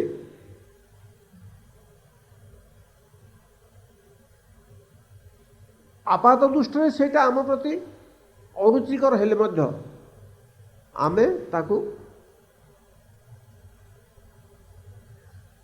ସେଇ କେମିତି ସେଇ ପଥରେ ପଥିକ ହେଇପାରିବୁ ସେଇଥିପାଇଁ ଯତ୍ନବାନ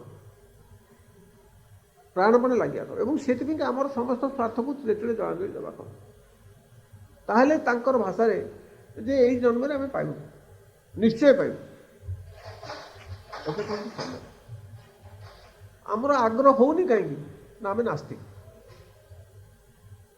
ଆମେ ମୁହଁରେ ଆସ୍ତିକ ବୋଲି ବୋଲଉଛୁ ସତ, ଆମେ ଭଗବାନଙ୍କୁ ମାନୁଛୁ, ସାଧୁଙ୍କୁ ମାନୁଛୁ, ଗୁରୁଙ୍କୁ ମାନୁଛୁ, ସବୁ ମାନୁଛୁ କହୁଛୁ, କିନ୍ତୁ ତତ୍ତ୍ୱ ତ ଆମେ ନାସ୍ତିକ। ନାସ୍ତିକ ଏଇ ସେନ୍ସରେ କୁହାଯାଉଛି ଯେ ମୁଁ ଯଦି ଜାଣିବି ମୋତେ ଶୋଷ ହେଉଛି, ମୁଁ ଯଦି ଜାଣିବି ଏଠି ପାଣି ଗ୍ଲାସଟା ଥୁଆ ହେଉଛି, ମୁଁ ନ ପିଇକି ରହିପାରିବି? ମୁଁ ନିଶ୍ଚୟ ପିଇବି। ମୁଁ ଯଦି ବିଶ୍ୱାସ କରନ୍ତି ଯେ ହଁ ଗୁରୁଦେବ ଈଶ୍ୱର, ସେ କର୍ତ୍ତୁମ ଅକର୍ତ୍ତୁମ ଯଥା କର୍ତ୍ତୁମ ସମର୍ଥ, ସେ ସବୁ ଦେଇପାରିବେ, ଭଗବାନ ଯାହା ଦେଇପାରିବେ ଗୁରୁଦେବ ସେୟା ଦେଇପାରିବେ ଏବଂ ସେ ଚାହିଁଲେ ମୋର ସମସ୍ତ ଅନର୍ଥ ଦୂର କରିଦେଇ ମୋତେ ଭଗବତ ପାଦ ପଦ୍ମରେ ଯୋଗଯୁକ୍ତ କରିଦେଇପାରିବେ। ମୋର ଯଦି ବିଶ୍ୱାସ ଥାନ୍ତା ତାହେଲେ ମୁଁ ସମସ୍ତ ସ୍ୱାର୍ଥକୁ ତିଳେ ତିଳେ ଜଳାଞ୍ଜଳି ଦେଇ ମୁଁ ତାଙ୍କ ପାଦ ପଦ୍ମରେ ଆତ୍ମନିବେଦନ କରନ୍ତିନି। ତାମାନେ ମୋର ବିଶ୍ୱାସ ନାହିଁ, ମୁଁ ନାସ୍ତିକ। ମୋର ଗୁରୁପାଦ ବିଶ୍ୱାସ ନାହିଁ, ଭଗବାନ ଅଛି ମୋତେ ବିଶ୍ୱାସ। ଭଗବାନ ବିଶ୍ୱାସ ଥିଲେ ନିଶ୍ଚୟ ମୁଁ ଗୁରୁପାଦ ବିଶ୍ୱାସ ଥାନ୍ତା ଏବଂ ତାଙ୍କୁ ଆଶ୍ରୟ ମୁଁ କରିଥାନ୍ତି ସର୍ବତ ଭାବରେ।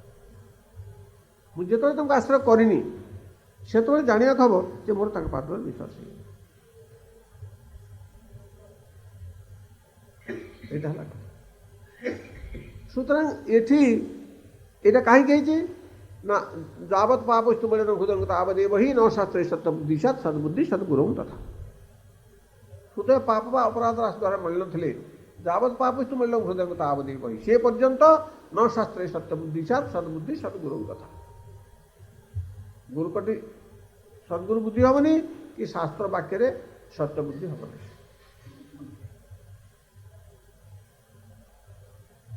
ଶାସ୍ତ୍ର ବାକ୍ୟରେ ସତ୍ୟ ବୁଦ୍ଧି ହବାଟା ହେଲା ଶ୍ରଦ୍ଧା, ଶାସ୍ତ୍ରାର୍ଥରେ ବିଶ୍ୱାସ। ଶ୍ରଦ୍ଧା ମାନେ ଶାସ୍ତ୍ରାର୍ଥରେ ବିଶ୍ୱାସ ଏବଂ এই ଶ୍ରଦ୍ଧାଟା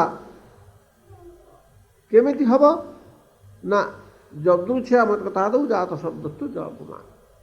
ଯଦୃଚ୍ଛା କ୍ରମେ ଦୈବକ୍ରମେ କୌଣସି ଭକ୍ତ ଭକ୍ତର ସଂସର୍ଗରେ ଆସିଲେ ତାଙ୍କ ପାଖରୁ ଭଗବାନଙ୍କ କଥା ଶୁଣିଲେ ସେ ଭଗବାନଙ୍କ କଥା ସେ କେଉଁଠୁ କହିବେ? ଶାସ୍ତ୍ରରୁ କହିବେ। ସୁତରାଂ ସେ ଯେଉଁ ଶାସ୍ତ୍ର କଥା ମୋତେ କହିଲେ ତାଙ୍କ ଶ୍ରୀମୁଖରୁ ଶାସ୍ତ୍ର ବାକ୍ୟ ଶୁଣିକରି ଶାସ୍ତ୍ର ବାକ୍ୟରେ ଯେଉଁ ବିଶ୍ୱାସ ତା ନାଁ ହେଲା ଶ୍ରଦ୍ଧା। ଶ୍ରଦ୍ଧା ବୋଇଲେ ଶାସ୍ତ୍ରାର୍ଥ ବିଶ୍ୱାସ। ସେଥିପାଇଁ ଆଦୌ ଶ୍ରଦ୍ଧା ଯେଉଁ କଥାଟା କହିଲେ ସେଠି ଜୀବଗୋସ୍ୱାମୀ ପ୍ରଭୁ ତା ଟୀକାରେ କହିଲେ ଆଦୌ ଶ୍ରଦ୍ଧା ନୁହେଁ। ଶ୍ରଦ୍ଧାଟା କେମିତି ହେବ? ଶ୍ରଦ୍ଧା ମାନେ ଶାସ୍ତ୍ରାର୍ଥରେ ବିଶ୍ୱାସ। ଶାସ୍ତ୍ରାର୍ଥ ସିନା କାହାଠୁ ଶୁଣିଲେ ତମର ଶ୍ରଦ୍ଧାଟା ହେବ, ଆଦୌ କେମିତି ଶ୍ରଦ୍ଧା ହେଲା ବୋଇଲେ ଆଦୌ ସାଧୁ ସଙ୍ଗ।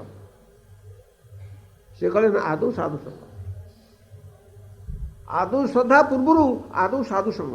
ସାଧୁ ସଙ୍ଗ ହେଲେ ସାଧୁ ମୁଖରୁ ଶାସ୍ତ୍ର କଥା ଶୁଣିଲେ ତମର ଶାସ୍ତ୍ରାର୍ଥରେ ବିଶ୍ୱାସ ହେବ। ତାହେଲେ ନାଇଁ ନାଇଁ ସଂସ୍କାର ନାଇଁ କିଛି। ଯଦୁଚ୍ଛା ପରା କହିଲେ, ଯଦୁଚ୍ଛା ମତ କଥା ପୂର୍ବ ସଂସ୍କାର ମାନେ ଏଇ ତ ସଂସ୍କାର, ସଂସ୍କାର ଆରମ୍ଭ ହେଲା ଏଇଠୁ ଆଉ। এইটা হলো সংস্কার অয়ম আরম্ভ। যদৃচ্ছা মত কথা দৌ জাত শব্দস্তু, এইটা হলো সংস্কার। এই সংস্কারটা যার হেলা সে হেলা তার গোটে ভাগ্যর সূচনা, সে হেলা ভাগ্যবান। ব্রহ্মাণ্ড ভ্রমিত কোনো ভাগ্যবান জীব গুরু কৃষ্ণ প্রসাদ পায় ভক্তিতা জীব। तार परवर्ती काल तार साधुसंग हम कारण यो संस्कारटा है यही संस्कार हेतु तार साधुसंग करने गोटे प्रवृत्ति जागे अरे सेठी एमती हूँ भगवत कथा आलोचना हो चलिए शुणे केते साधु आसुँच केते कथा आलोचना मोर केते काम अच्छी बर्तमान मोर बहुत ऑफिस काम अच्छी मो बहुत चाष जमी काम अच्छी मोर बहुत मोर दुकान बंद करदे दिन को मोर 5,000 टका क्षति हो सब छाड़ी किए जाऊँ हमनी तार प्रवृत्ति किंतु तार जदि जादृशिक महत्व थिबो ताल तार प्रवृत्ति सेटा है कारण से कहले जे भक्त्या संजातया भक्त्या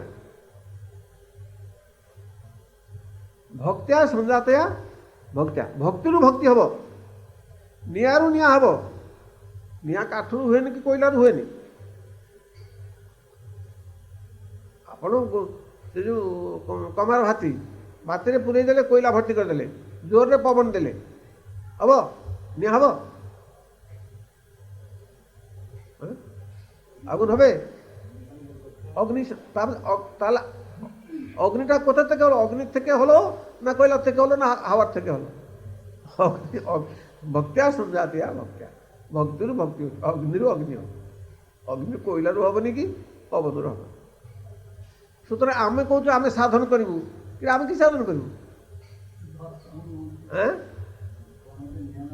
হ্যাঁ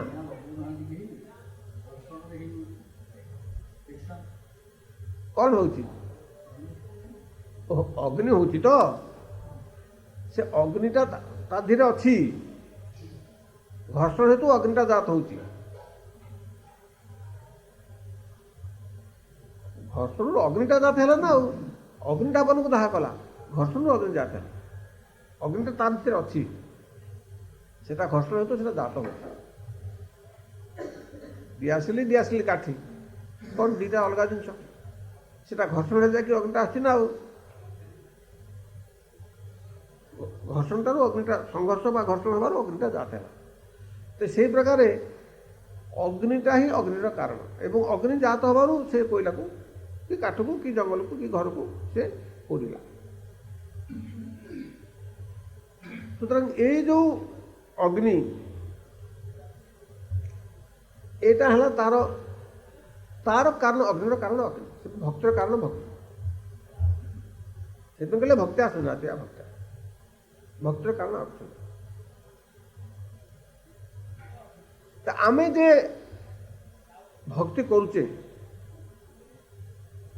आमे जो भक्ति करते से भक्ति होनी से कारण आम चेष्टा तो रहा से मिसला आ भक्ति केम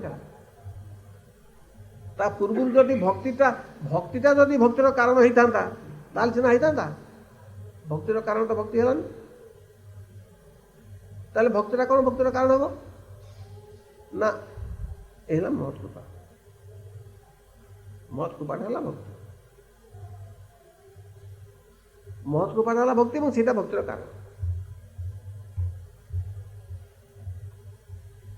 सुतरां ये माने योगेश्वर प्रमुख जो एनालिसिस भक्तिटा है स्वरूप शक्तिर वृत्ति जमती दहन करवाटा है अग्निर वृत्ति किंतु काठ कहतु लुहा कहतु एमाने भी दहन करवा शक्तिटा पाँच कौट पाँच अग्नि पाँच ना अग्नि सांगे योगयुक्त है अग्नि धर्मटा प्रवेश कर अग्नि हो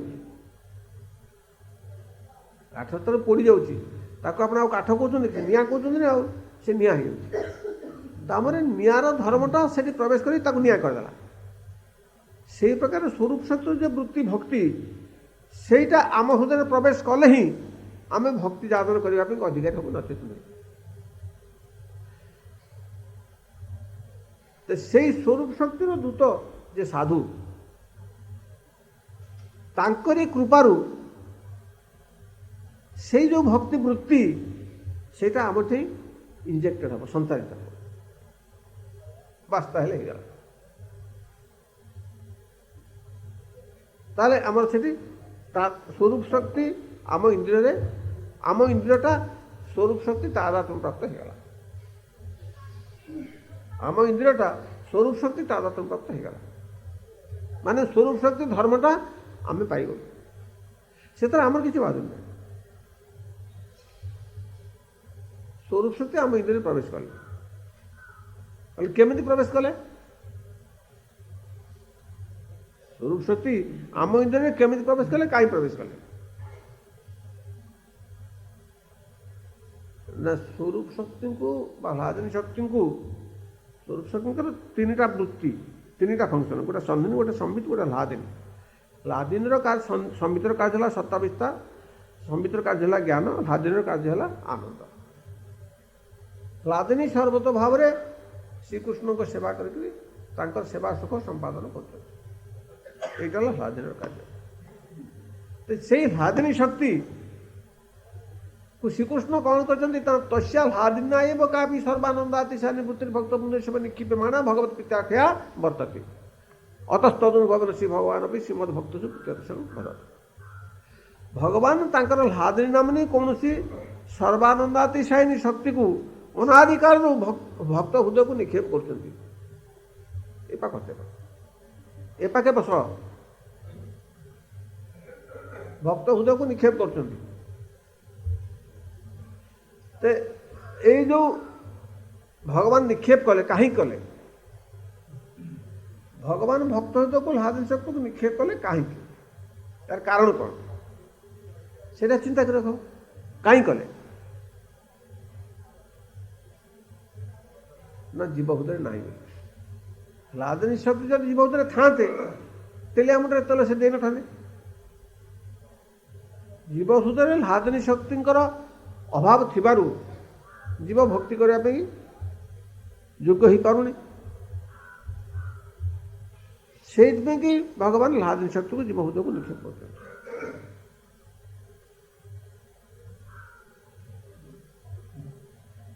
से जीव हृदय कहले कहले भक्त बंधु से निक्षिप्यमाणा तो उल्टा कथा कहले तू क्यारी कल न्यू कासल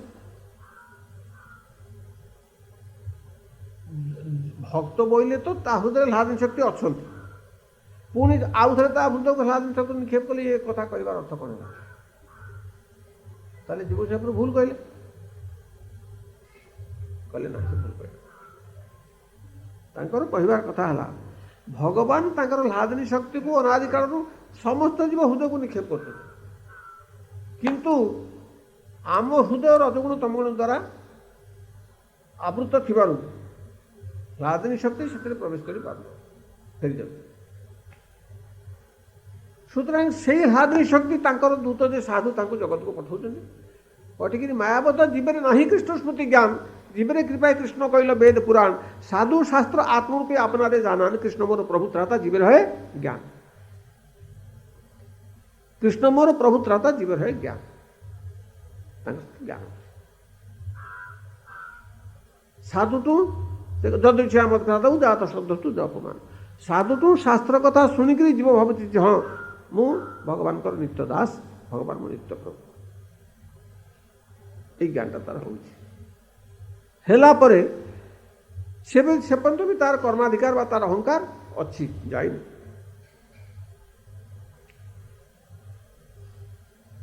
यही है तार संस्कार यही संस्कार वशीभूत होकर से भक्ति करने को आरंभ कर से भक्ति करने को आरंभ कले भी ता भक्तिटा हो जाऊँ कर्म कारण कर्म संस्कार ता भीतर रही रजगुण तमगुण रही से भक्ति कर तार अहंकार अच्छे अहंकार आसबारू अहंकार विमलता कर्ता रंगीति मंडते से कर्म हो जाए कर्ता जोटा करे से कर्म सुतरां ता भक्तिटा भी कर्म में परिणत हो जाए सी अवस्था से कौन कर सी कहले तुम कर्म कर कहले जो पर्यंत मो कथा जादृच्छिक महत्व जनित मोर कथा श्रवण कीर्तन रे तुम रुचिर उदय न श्रद्धार उदय न से पर्यंत तावत कर्माणी कुर्वीत न निर्विद्यत जावता मत कथा श्रवण अनुवा श्रद्धा जावन न जायते जो पर्यंत मोर कथा श्रवण कीर्तन आदि महत्कृपा जनित श्रद्धा उदय न तावत कर्माणी कुर्वीत तुमको कर्म करने पड़ो उपाय तो नहीं मु तो कर्म अधिकार मोर अच्छी मु कर्म अधिकार रे बुड़ीकी रही आ मु कर्म न करके जीवी कुआडे मु कर्म करने को बाध्य मत जदि कह जे बाबू तुम किसी करवा दरकार नहीं तुम खाली बस खाओ मु तुमको खाया देवी बढ़िया बढ़िया खाना देवी दिवे खाई तुम खाली हरिनाम कर सबुदिन हरिनाम कर भागवत पाठ कर आ किसी करवा तुम दरकार नहीं हम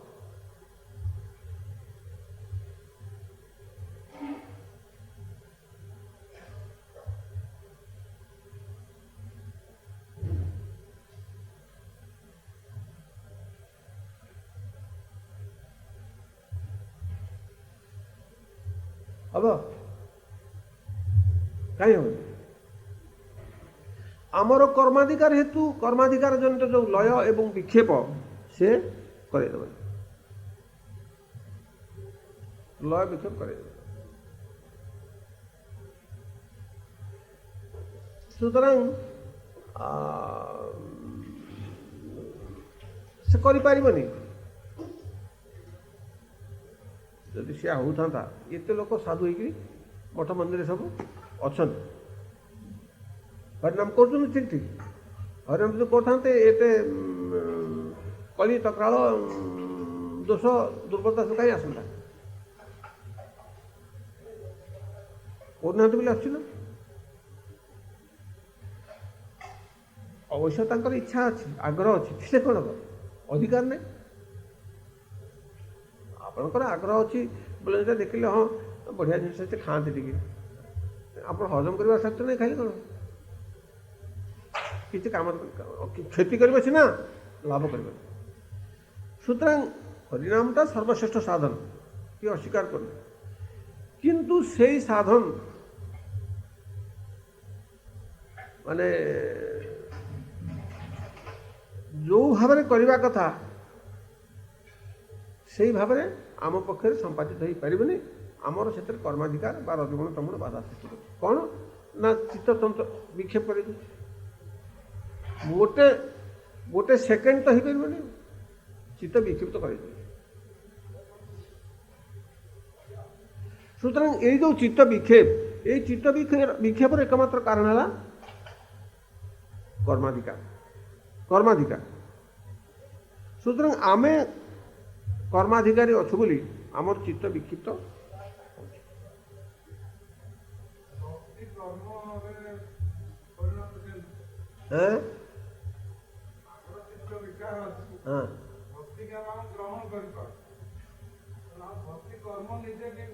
भक्ति को लगी भक्ति तो है भक्ति कोटा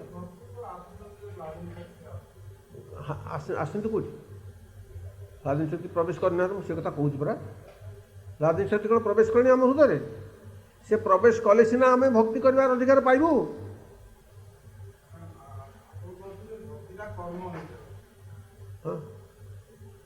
भक्तिटा माने सेटा भक्तिर आकार भलिया दिशुची अनुष्ठानटा भक्ति भक्तिर जोड़ाए लक्षण गोटा है अनुष्ठान रूपा आ गोटे है अप्राकृत मानस भाव रूपा अप्राकृत मानस भाव रूपाटा है प्राण अनुष्ठानटा है देह आमर देहटा अच्छी प्राणटा नहीं से देहटा कौन प्राण नथिबा देहटा है शव सुतरां मु जो भक्तिर अनुष्ठान करुच्ची से भक्तिटा मो पाखे शव तुल्य अर्थात सेटा प्राणहीन बोले सेटा कर्म पुण्य कर्म भक्ति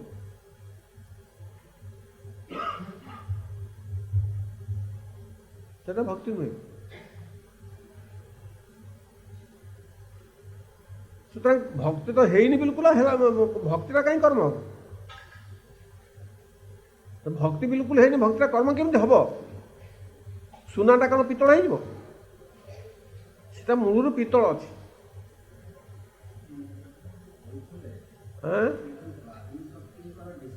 हाँ हाँ हाँ ग्रेजुअल प्रोसेस तो निश्चय ना इंस्टांट तो कदा भी नहीं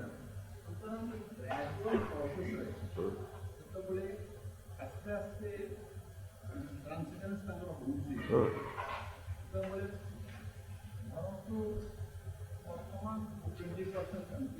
ହଁ ହଁ ହଁ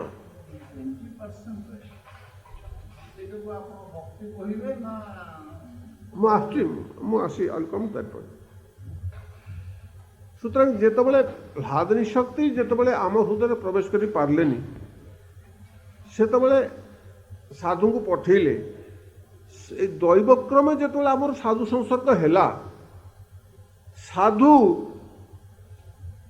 সে তো সেই লাদিনী শক্তি ছাড়া সে আর কিছু জানতেনি সে বি আমি সেয়া কলে যে তুমি ভগবানকে ভাল পাও তাঁকু ভাল পাইবা তাঁকর শ্রবণ কীর্তনাদি সেবা কর। ଆମର ବି ସାଧୁକତାରେ ବିଶ୍ୱାସ ହେଲା ଏବଂ ଆମେ କରିବାକୁ ଆରମ୍ଭ କଲୁ। ତ ଯାହା ମୁଁ କହିଲି ଦ୍ରବ୍ୟଗୁଣ ଶୁଣିକିରି ଖାଇବାକୁ ଲୋଭ ହେଲା, ଖାଇଲି କିନ୍ତୁ ହଜମ ଶକ୍ତି ନେଇ ବାଣ୍ଟିକି ପଡ଼ିଲି, ହଜମ ହେଲା। ଆମର ଠିକ୍ ସେଇ ଅବସ୍ଥା। ଆମେ ସାଧୁ ମୁଖରୁ ଦ୍ରବ୍ୟଗୁଣ ଭକ୍ତିର ମାହାତ୍ମ୍ୟ ଶୁଣିକିରି ସାଧୁ ଭକ୍ତି କରିବା ପାଇଁ ବାସନା ଜାଗିଲା। କିନ୍ତୁ ଯେହେତୁ ଆମର ରଜଗୁଣ ତମଗୁଣର ହୃଦୟ ଭରପୁର ରହିଛି, ଭକ୍ତିର ଯୋଗ୍ୟତା ବା ଅଧିକାର ଆମର ନଥିବାରୁ ଆମର ଭକ୍ତି ହେଇପାରିଲାନି, ସେଟା କର୍ମରେ ପରିଣତ ହେଇଗଲା। ଆମେ ଭାବୁଛୁ ଭକ୍ତି କରୁଛୁ ବୋଲି କିନ୍ତୁ ସେଟା ହେଉଛି କର୍ମ। ଆମେ ଭଗବାନଙ୍କ କଥା ଶ୍ରବଣ କୀର୍ତ୍ତନ କରୁଛୁ, ଆମେ ଭାବୁଛୁ ଭକ୍ତି ହେଲା କିନ୍ତୁ ସେଟା ହେଉଛି କର୍ମ। କିନ୍ତୁ ତା ଛଡ଼ା ବି ଉପାୟ ନାହିଁ, କାରଣ ମୁଁ ତ କର୍ମାଧିକାରୀ, ପ୍ରତ୍ୟେକ ଜୀବ କର୍ମାଧିକାରୀ, ଭଗବତୀ ବିମୁଖ ଜୀବ ମାତ୍ରେ କର୍ମାଧିକାରୀ। ରଜଗୁଣ ତମଗୁଣ ତା ହୃଦୟ ଭରପୁର ରହିଛି, ସେଟା ପରିଷ୍କାର କହିଲେ ବିଷ୍ଣୁ ପୁରାଣେ ଯେ ଲାଦିନୀ ସନ୍ଧିନୀ ସମ୍ବିତ ତୋଇ ଏକା ସର୍ବସଂଚିତ ଲାଦ ତାପ କରି ମିଶ୍ରା ତୋଇ ରୋଗ ଗୁଣବର୍ତ୍ତିତ। ଆମ ହୃଦୟରେ ସତ୍ୱରଜ ତମଗୁଣ, ତାଙ୍କ ହୃଦୟରେ ସନ୍ଧିନୀ ସମ୍ବିତ ଲାଦିନୀ ଅଛି। ସେଇ ହିସାବରେ ଆମେ ତାଙ୍କଠୁ ବିଶେଷ ରୂପରେ ଭିନ୍ନ ଅଂଶ, ସୁତରାଂ ଭକ୍ତି କରିବାର ଅଧିକାର ଆମର ନାହିଁ। ତ ବର୍ତ୍ତମାନ ସେଇ ଅବସ୍ଥା ତ ପୁଣି ଆମକୁ ପଙ୍କ ପୋଖରୀରେ ପଡ଼ିଛେ, ଆମକୁ ତ ସେଇ ପଙ୍କ ପୋଖରୀରୁ ତ ପୁଣି ଉଠିବାକୁ ହବ। କିନ୍ତୁ କେମିତି ଉଠିବୁ? ଆମେ ଉଠିବାକୁ ଚେଷ୍ଟା କଲେ ଗୋଡ଼ଟା ତଳକୁ ଯିବ ସିନା, ଉପରକୁ ଉଠିବନି। ଉଠିପାରିବ କି? ଆମେ ଯେତେବେଳେ ଗୋଡ଼ଟା ଦବେଇବୁ, ଗୋଡ଼ଟା କୁଆଡ଼େ ଯିବ? ଉଠିବାକୁ ଯେତେବେଳେ ଚେଷ୍ଟା କରିବୁ, ଗୋଡ଼ଟା ଦବେଇ ଚେଷ୍ଟା କରିବୁ, ଗୋଡ଼ଟା ତଳକୁ ଯିବ, ଉପରକୁ ଉଠିପାରିବନି। ତ ସେତେବେଳେ ନିଜର ଅଯୋଗ୍ୟତା ତୀବ୍ର ଭାବରେ ଉପଲବ୍ଧି କରି ମୁଁ ଯଦି ବ୍ୟାକୁଳ କିଏ ଅସହ୍ୟ ମୋତେ ଟିକେ ଏଥିରୁ ଉଦ୍ଧାର କର, କିହମରେ କରହ ଉଦ୍ଧାର। ନିଜ କର୍ମ ଦୋଷ ଫଲେ ପଡ଼ି ହବାର ନ ବଦলে ହାବୁଡୁବୁ ଖାଇ কত কাল সাঁতারি সাঁতারি যায় সিদ্ধন্ত নাই পাই ভব সিন্ধু।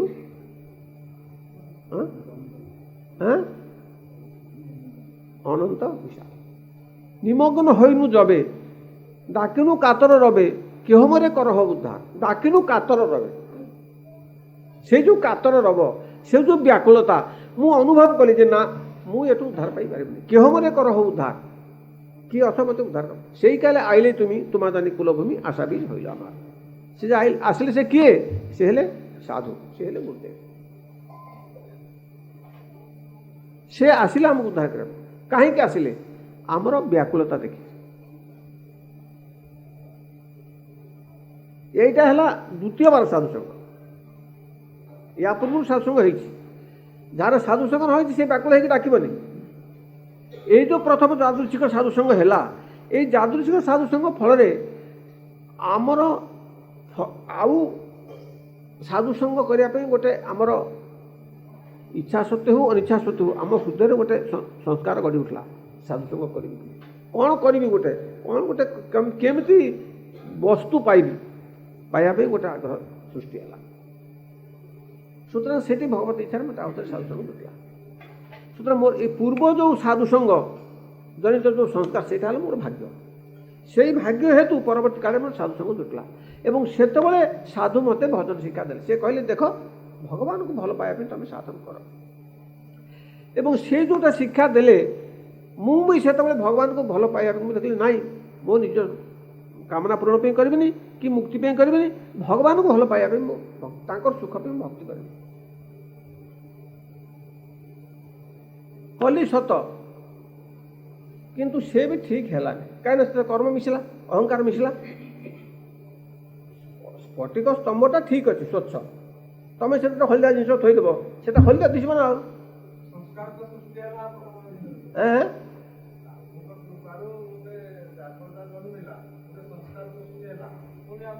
ଓହୋ, ହେଲା ଯେ ଲୁହାଟାକୁ ନିଆଁ ପାଖରେ ଥୋଇଲେ ସେ ପ୍ରଥମେ ଟିକେ ଉଷୁମ ହେଲା ନା, ଆଉ ତା କ'ଣ ନଈରେ ପୋଡ଼ିଦେବ?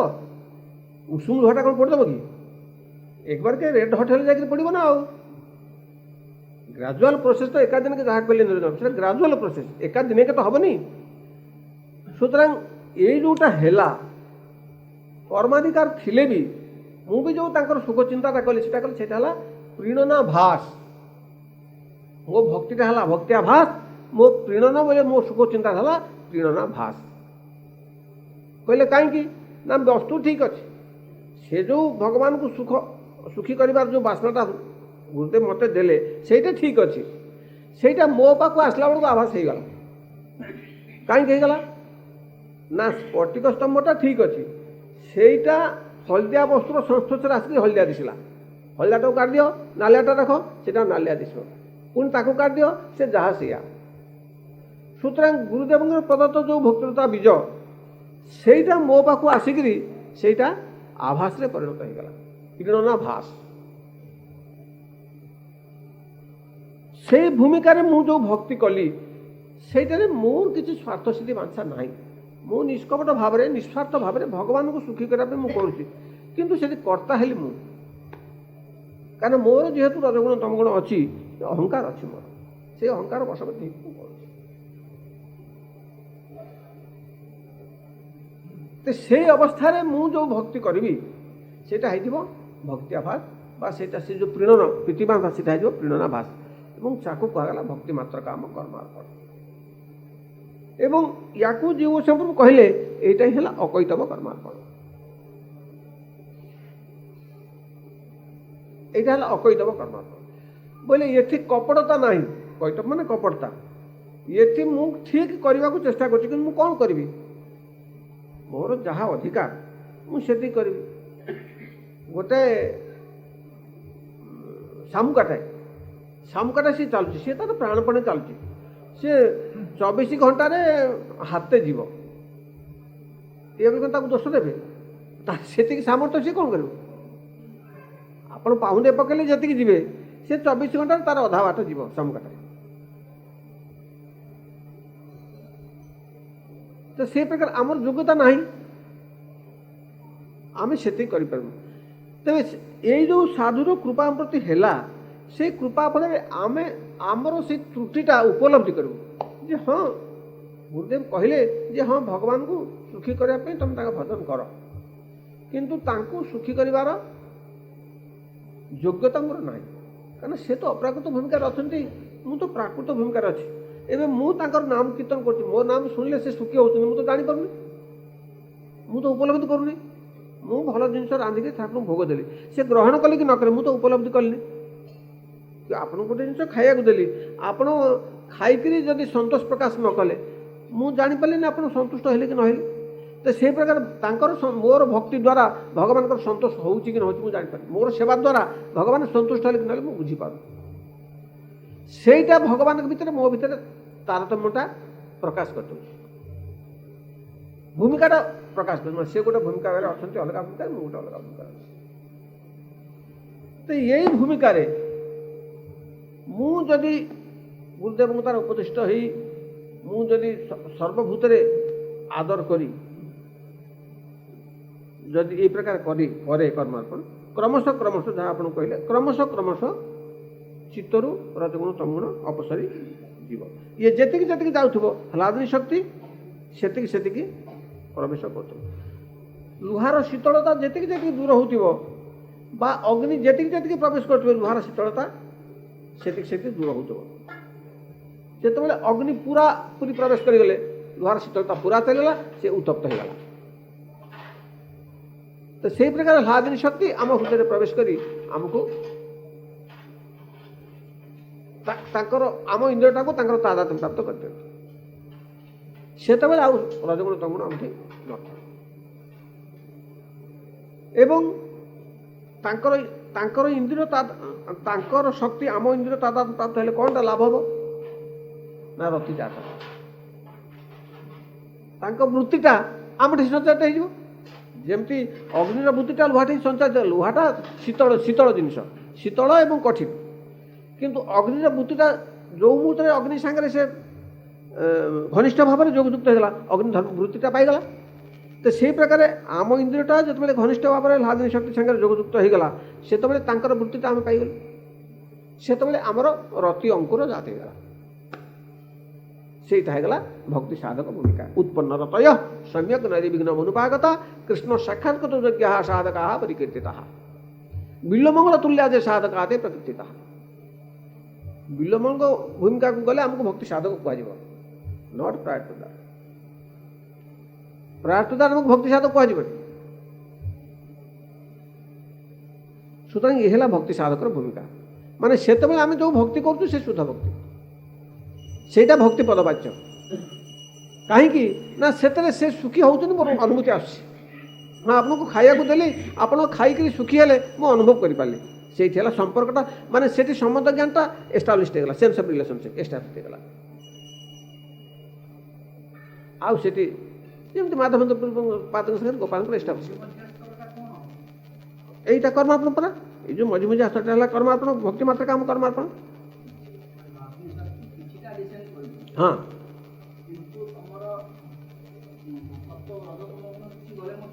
পুরা সতগুণ তো রয়েছে নয়, সতগুণ থাউ, সতগুণ থিলে বি রতিজাত হব। সতগুণ ভক্তের ব্যাঘাত করবে। হ্যাঁ,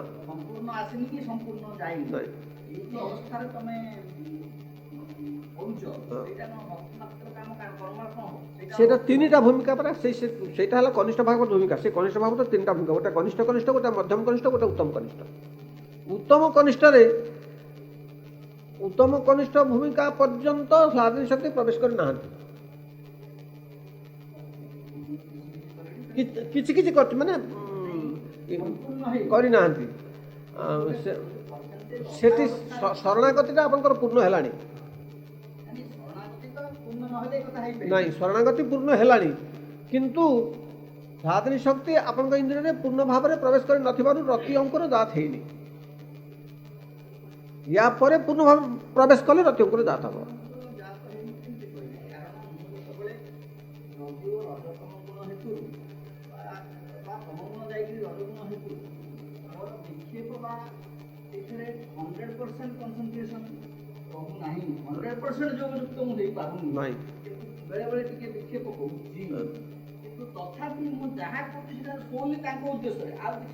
ଆପଣ ଯୋଉ ଭକ୍ତି ମାତ୍ର କାମ କର୍ମାର୍ପଣ କରୁଛନ୍ତି ସେଟା ତାଙ୍କ ସୁଖ ବି କରୁଛନ୍ତି, ସେଇଟା ତ ଲାଦିନୀ ଶକ୍ତିର ବୃତ୍ତି।